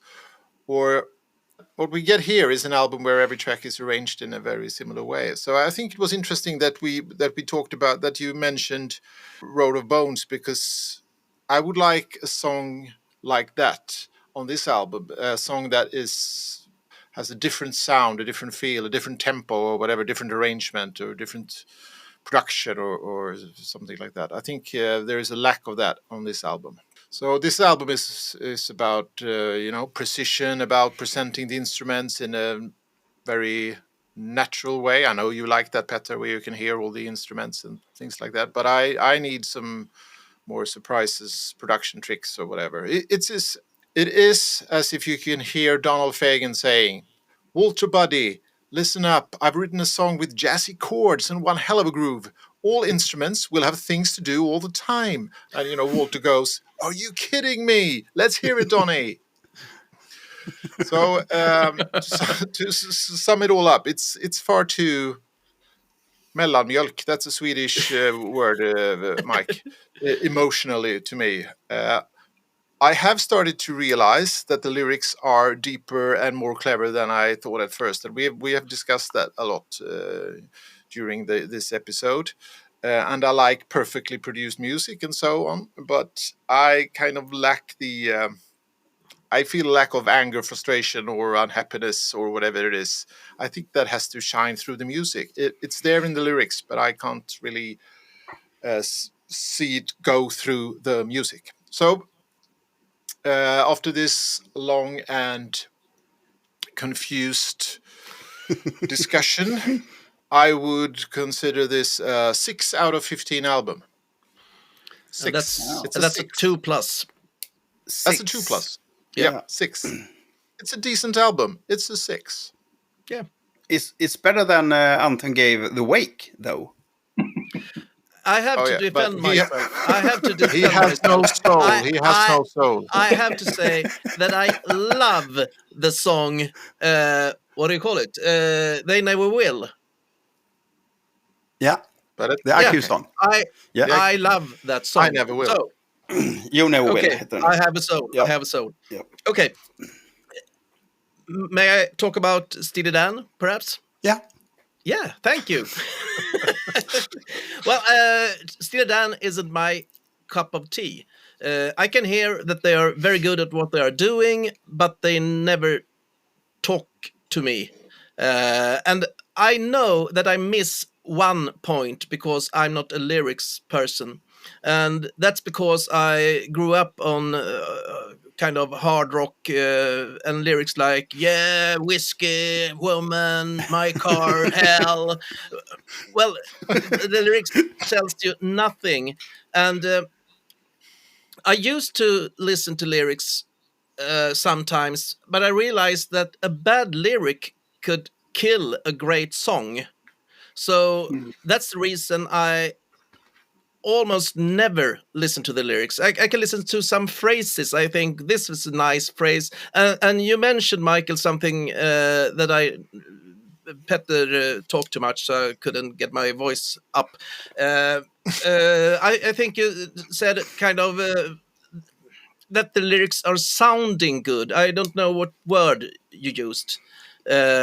And I think that, as example, Cat Stevens is a master in using words. I don't know what they mean, but they sound very, very good. Yeah. That's important. Yeah, and that's a kind of art, I will say. I'm impressed when they can do that. But back to Steely Dan. I can just say they're very good at what they are doing, but if I want to be impressed by musicians, they are, as I mentioned before, you get guys like Jacob Collier and Dirty Loops and stuff like that. If I just want to be some kind of musician porno, there are other things I prefer, because I don't like the songs, even though they are very well written. So I will give this album a 5 out of 15. It's a straight 2. Hit it, Petter. 5 and 6. What is wrong with that, Mike? What can you say? It's our souls.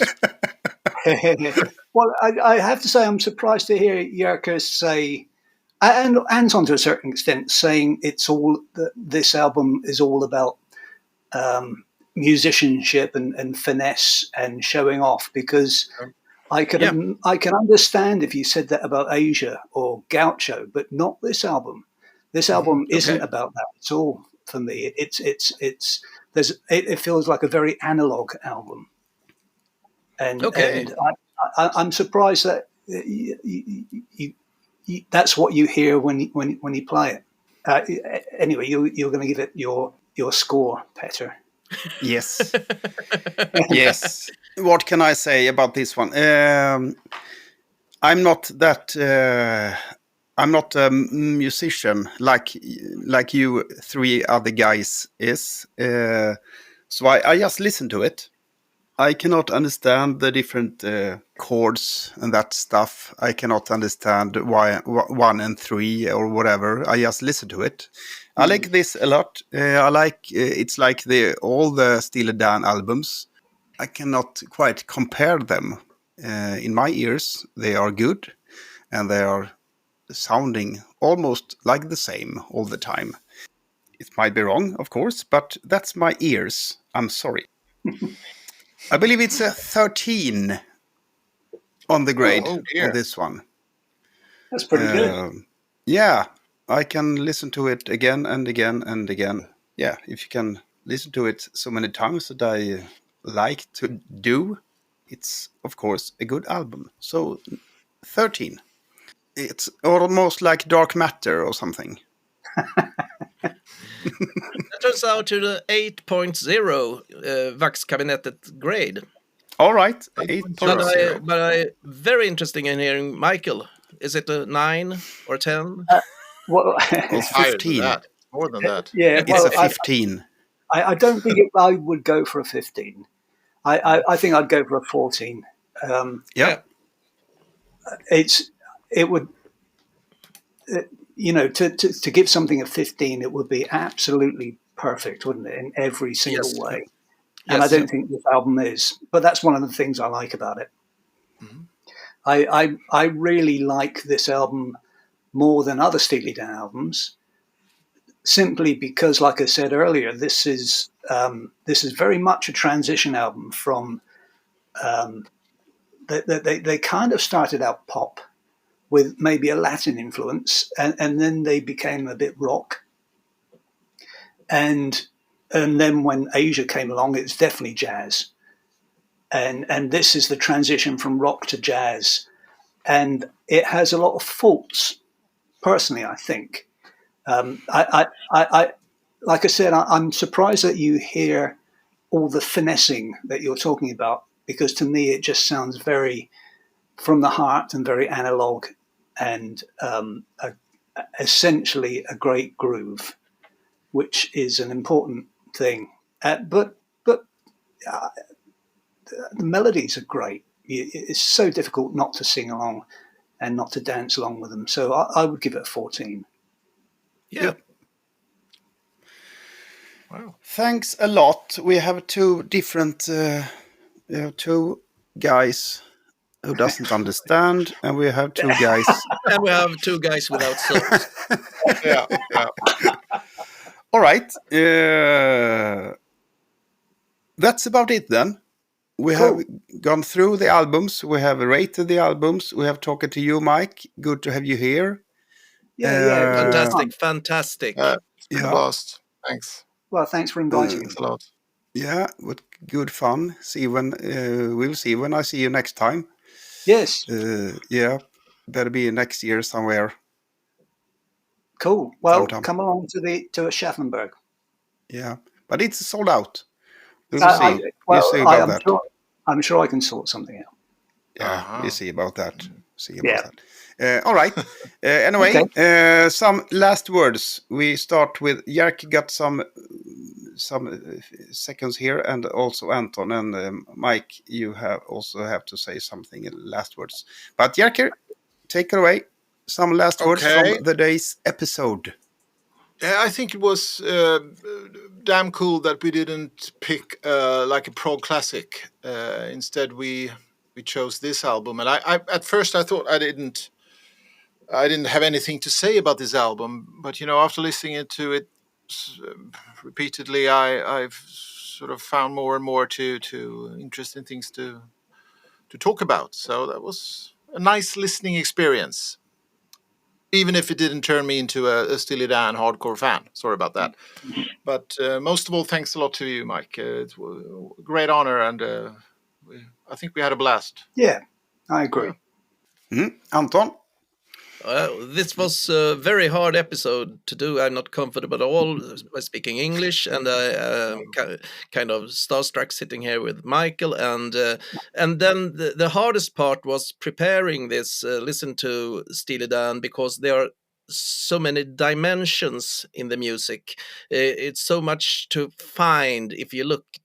So much hidden stuff inside, and because I'm not very fond of it, it takes a lot of energy to dig deep into the songs. So I think it was very hard to do, but very interesting too. I like when it's hard, and I like when I'm suffering. I think it's. I had a very, very, very good time, and I hope that the listeners had a very good time too. And I hope that Michael had a good time. I don't care about Petter and Jerker. I must say, before you speak, Michael, Anton was very, very hard here. He didn't want to speak English. He found it hard. He doesn't like Steely Dan, and he's not so very fond of IQ either. So it's that's true. It's that's a great true. effort. I'm sorry. But I had a lot of fun. Life is unbearable, isn't it? Yeah, it is. So, Mike, some ending words, some words from you at the end. Yeah, it was fun. It's good to chat, and I'm always happy to talk about Steely Dan. But no, it's good to meet you guys and to just hang out. Really, yeah, I enjoyed it. Yeah. Thank you. Thanks a lot. Likewise. Thanks a lot. We will see.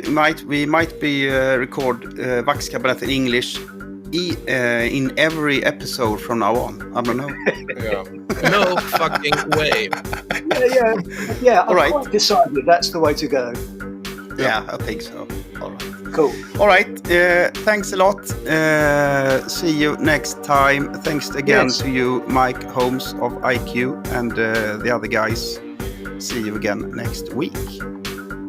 Bye-bye. Bye-bye. Okay. Bye-bye. Bye. Vaxkabinettet.